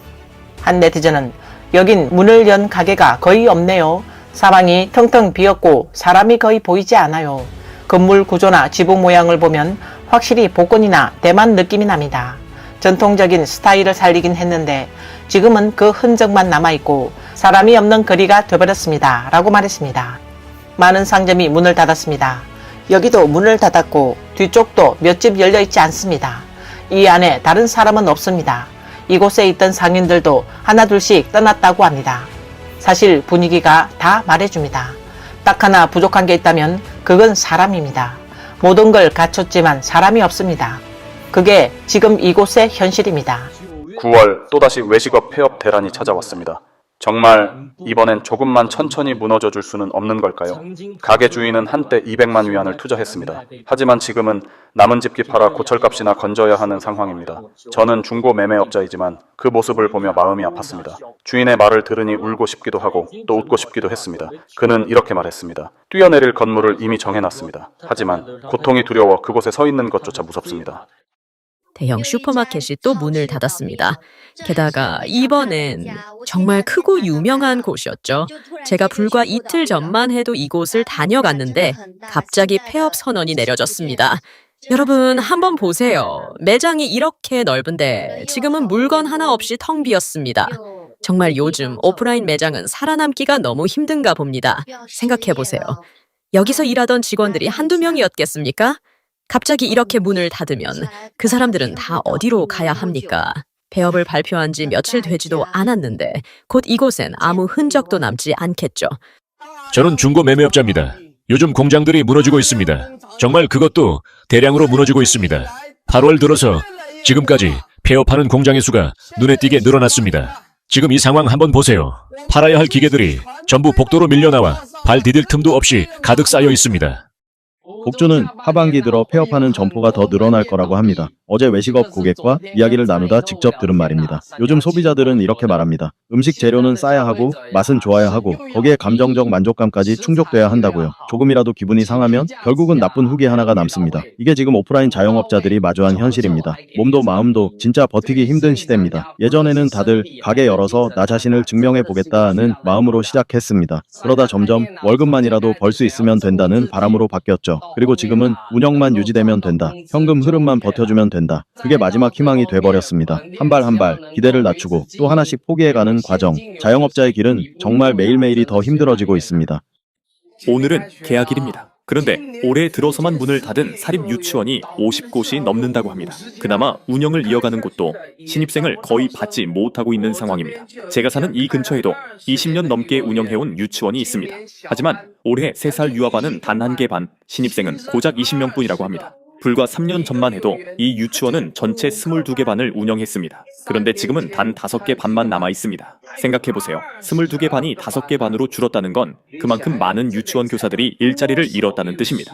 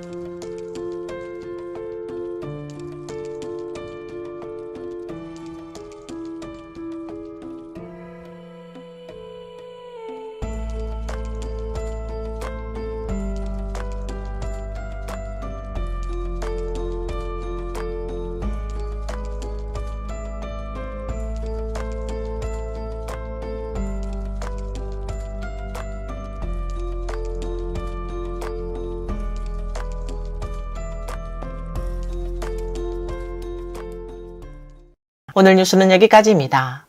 시청해주셔서 감사합니다. 안녕하십니까, 이태일입니다.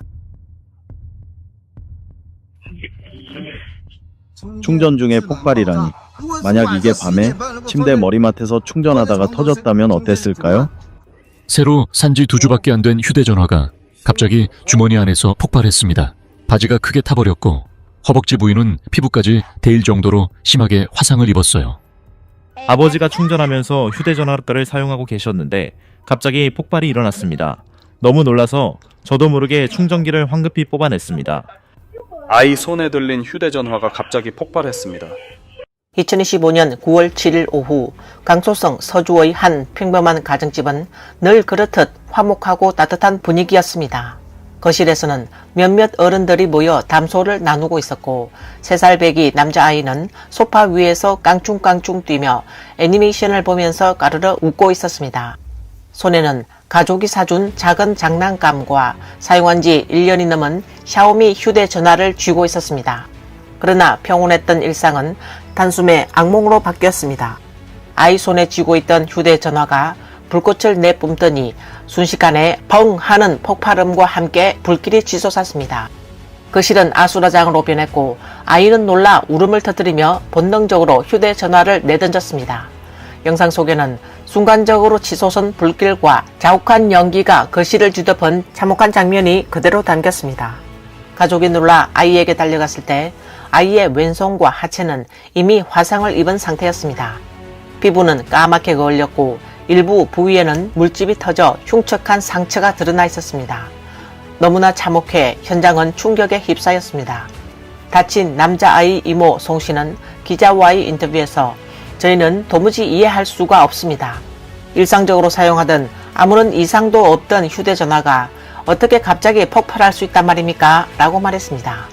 그의 목소리에는 불안과 분노가 가득 담겨 있었습니다. 보도에 따르면 문제가 된 휴대전화는 송 씨가 언니를 위해 온라인에서 구입한 샤오미 13 기종으로 사용한 지 1년이 넘었지만 고장이나 수리, 개조한 일은 전혀 없었습니다. 당시는 충전 중도 아니었고 아이는 단순히 소파 위에서 영상을 보며 뛰고 있던 상황이었습니다. 현재 샤오미 측 고객센터가 개입하여 휴대전화 잔해를 수거했고 연구개발센터로 보내 폭발 원인을 조사할 예정입니다. 그러나 9월 9일 현재 샤오미는 아직 공식 성명을 내놓지 않았습니다. 특히 주목할 점은 사고 당시 휴대전화가 충전 상태가 아니었다는 사실입니다. 흔히 지적되는 충전 중 발열 가능성은 배제된 만큼 최종 원인은 샤오미의 공식 감정 결과가 나와야 확인할 수 있습니다. 이번 사건은 온라인에서 빠르게 확산되며 특히 샤오미 13 사용자들 사이에서는 큰 불안을 불러일으켰습니다.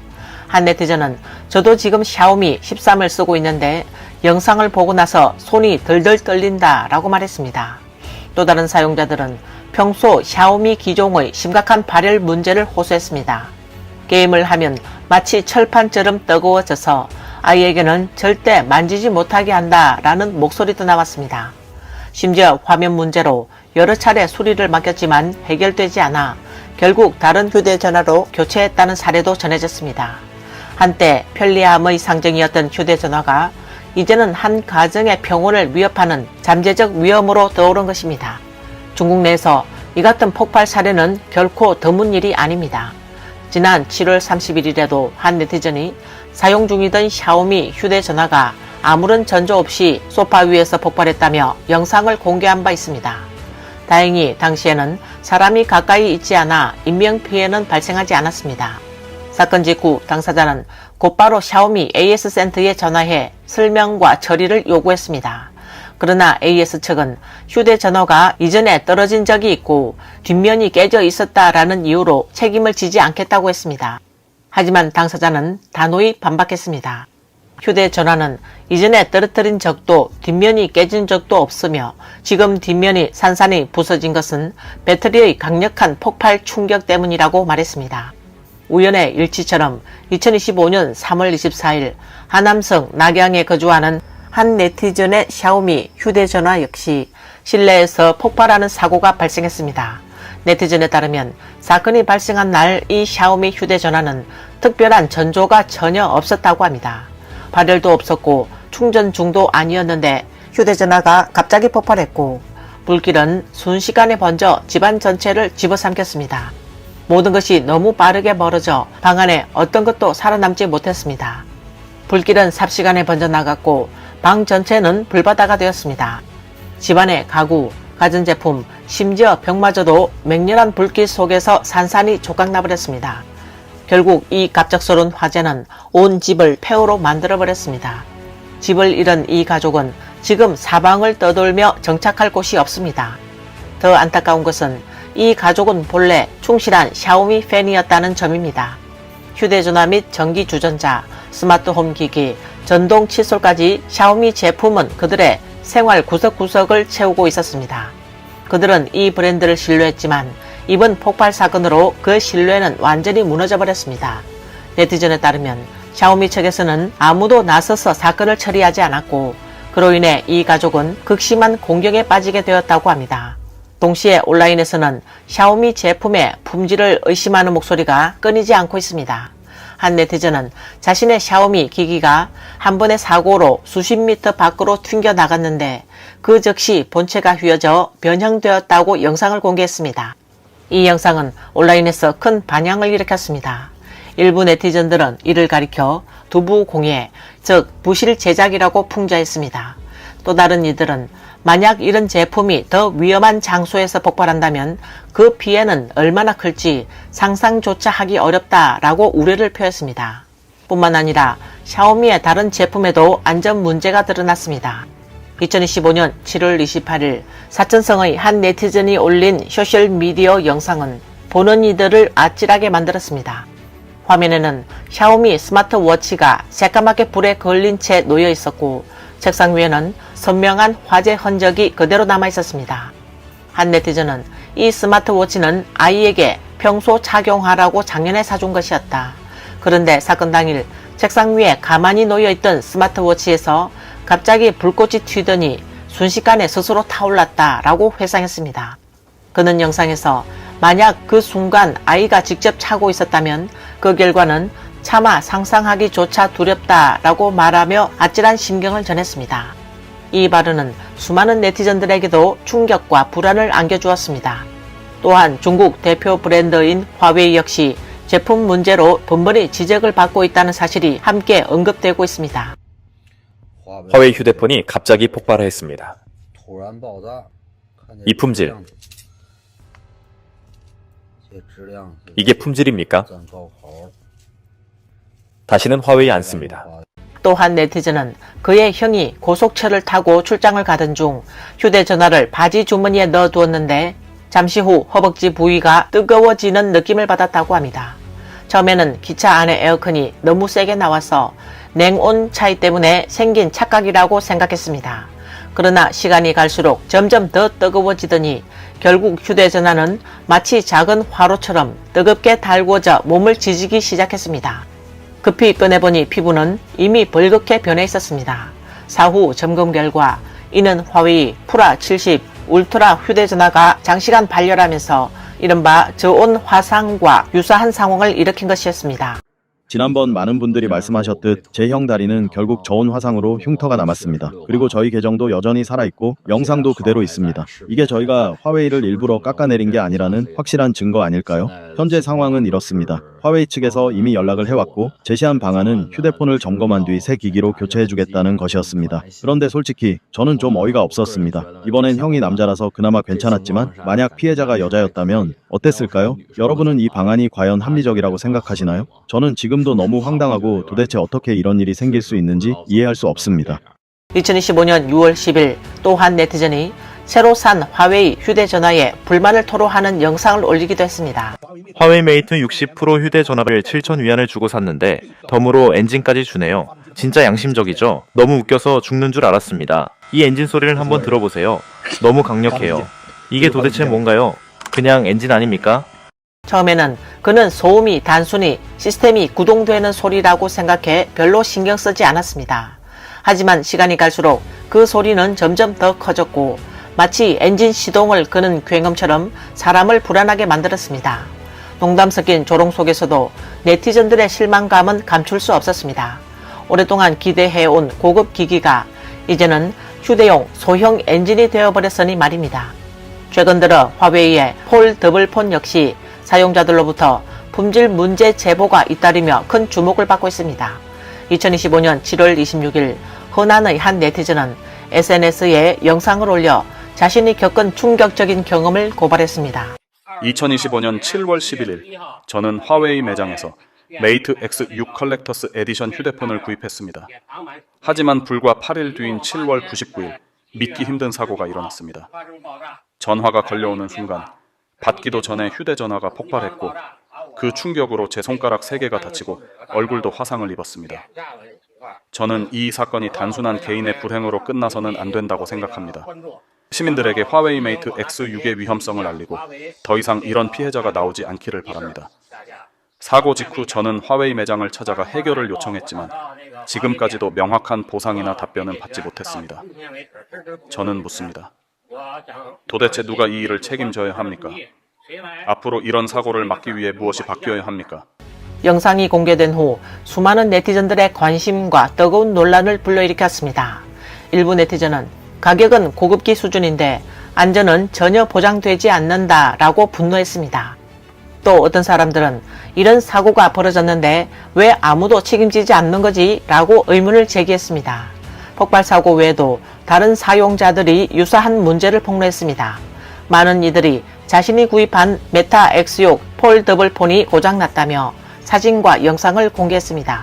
제가 사용 중인 화웨이 3중 접이식 휴대전화는 구입한 지 1년도 안 됐는데 벌써 2번이나 녹색 화면 문제가 발생했습니다. 첫 번째 고장 때 화웨이 측은 제가 힌지 부분을 부딪혔다고 주장했습니다. 하지만 저는 전혀 그런 적이 없습니다. 정말 충격 때문이라면 왜 그전에는 멀쩡하다가 갑자기 이런 문제가 생긴 걸까요? 더 황당한 건 그때도 제 과실이라며 무상 수리조차 해주지 않았다는 점입니다. 그런데 다음 날 휴대폰이 아무런 조치도 없이 저절로 정상으로 돌아왔습니다. 만약 제가 고장을 냈다면 어떻게 이런 일이 가능합니까? 하지만 2달 뒤 똑같은 문제가 다시 발생했습니다. 이건 결코 사용자의 과실이 아니라 제품 자체의 결함이라고밖에 볼 수 없습니다. 화웨이 3중 접이식 휴대폰을 1년도 못 쓰고 이런 상황을 겪어야 한다면 이건 소비자 기만이 아닙니까? AS 서비스 또한 너무 형편없습니다. 소비자를 탓하기만 하고 책임은 지지 않는 게 과연 옳은 일입니까? 부딪히지도 떨어뜨리지도 않았는데 화웨이 메이트 X 6초판 프리미엄 버전에서 액정 누액 현상이 발생했습니다. 구입한 지 한 달도 안 됐는데 이런 문제가 생겨 완전히 당한 기분입니다. 사천성의 한 여성은 화웨이의 최신형 폴더블 휴대전화를 구입했지만 단 2달 사용한 후 전혀 충격이나 파손이 없었음에도 불구하고 액정 누액 현상이 발생했다고 호소했습니다. 그녀는 정상적으로 사용했을 뿐인데 이렇게 쉽게 화면이 손상될 줄은 꿈에도 몰랐다며 큰 불만과 당혹감을 드러냈습니다. 한 소비자는 사천성의 화웨이 매장을 찾아가 애프터 서비스를 요구했지만 매장 직원은 액정 누액은 사용자 과실에 의한 손상이라며 보존기간이 남아있는데도 자비 수리를 요구했습니다. 당사자는 크게 분노하며 정밀검사 보고서를 요청했지만 직원들은 이를 제시하지 못했습니다. 그는 결국 화웨이의 품질 검증 절차가 사실상 무용지물이 아니겠느냐며 의문을 제기했습니다. 이후 다수의 사용자들이 자신의 피해 경험을 온라인에 올리면서 화웨이 폴더블 스마트폰의 품질 문제와 무책임한 사후 대응이 큰 논란으로 번졌습니다. 고가의 플래그십 모델임에도 불구하고 빈번한 고장과 무책임한 책임 회피로 실망감을 넘어 분노한다라는 반응이 이어지고 있습니다.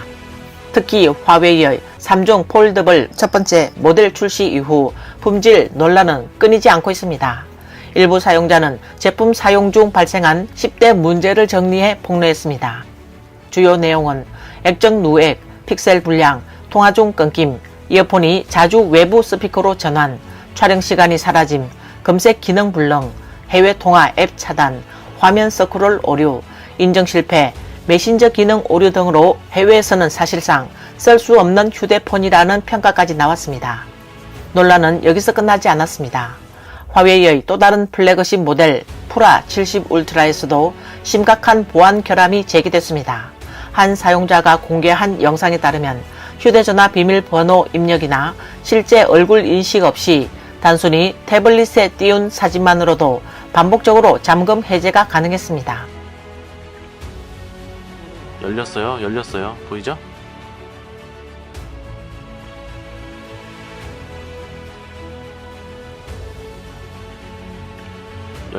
열렸어요. 보이죠?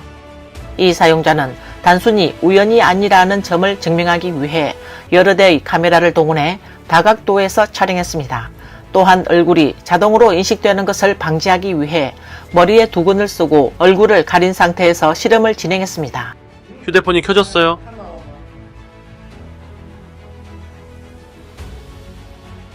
보셨나요? 제 주변에 다른 사람 없죠? 손가락으로 건드린 것도 아닌데 켜졌죠? 맞죠? 정말 황당스럽습니다. 휴대폰이 켜졌습니다.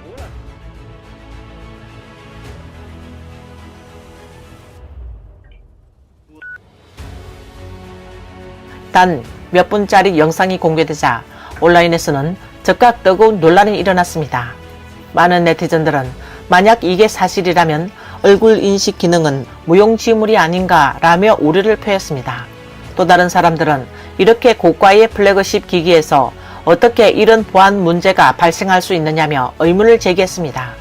현재 해당 영상은 삭제된 상태이며 당사자 역시 추가 입장을 내놓지 않고 있습니다. 전문가들은 중국산 스마트폰 다수에서 시스템 차원의 보안, 개인정보 침해 우려가 꾸준히 제기되어 왔다고 지적합니다.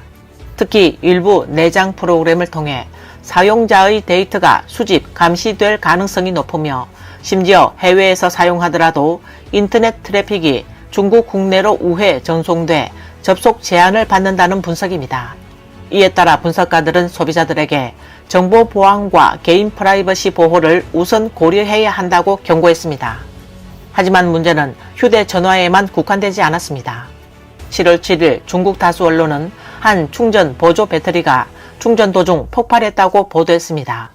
놀라운 점은 이 제품이 기존의 리콜 명단에는 포함되지 않았다는 사실입니다. 실제로 그 전날 본사가 심천에 위치한 보조 배터리 브랜드 로마스는 품질 문제로 전면적인 생산 중단을 발표한 바 있습니다. 이어 로마스와 앙크는 합계 120만 대 이상을 리콜했고 업계 전체에 큰 충격을 주었습니다.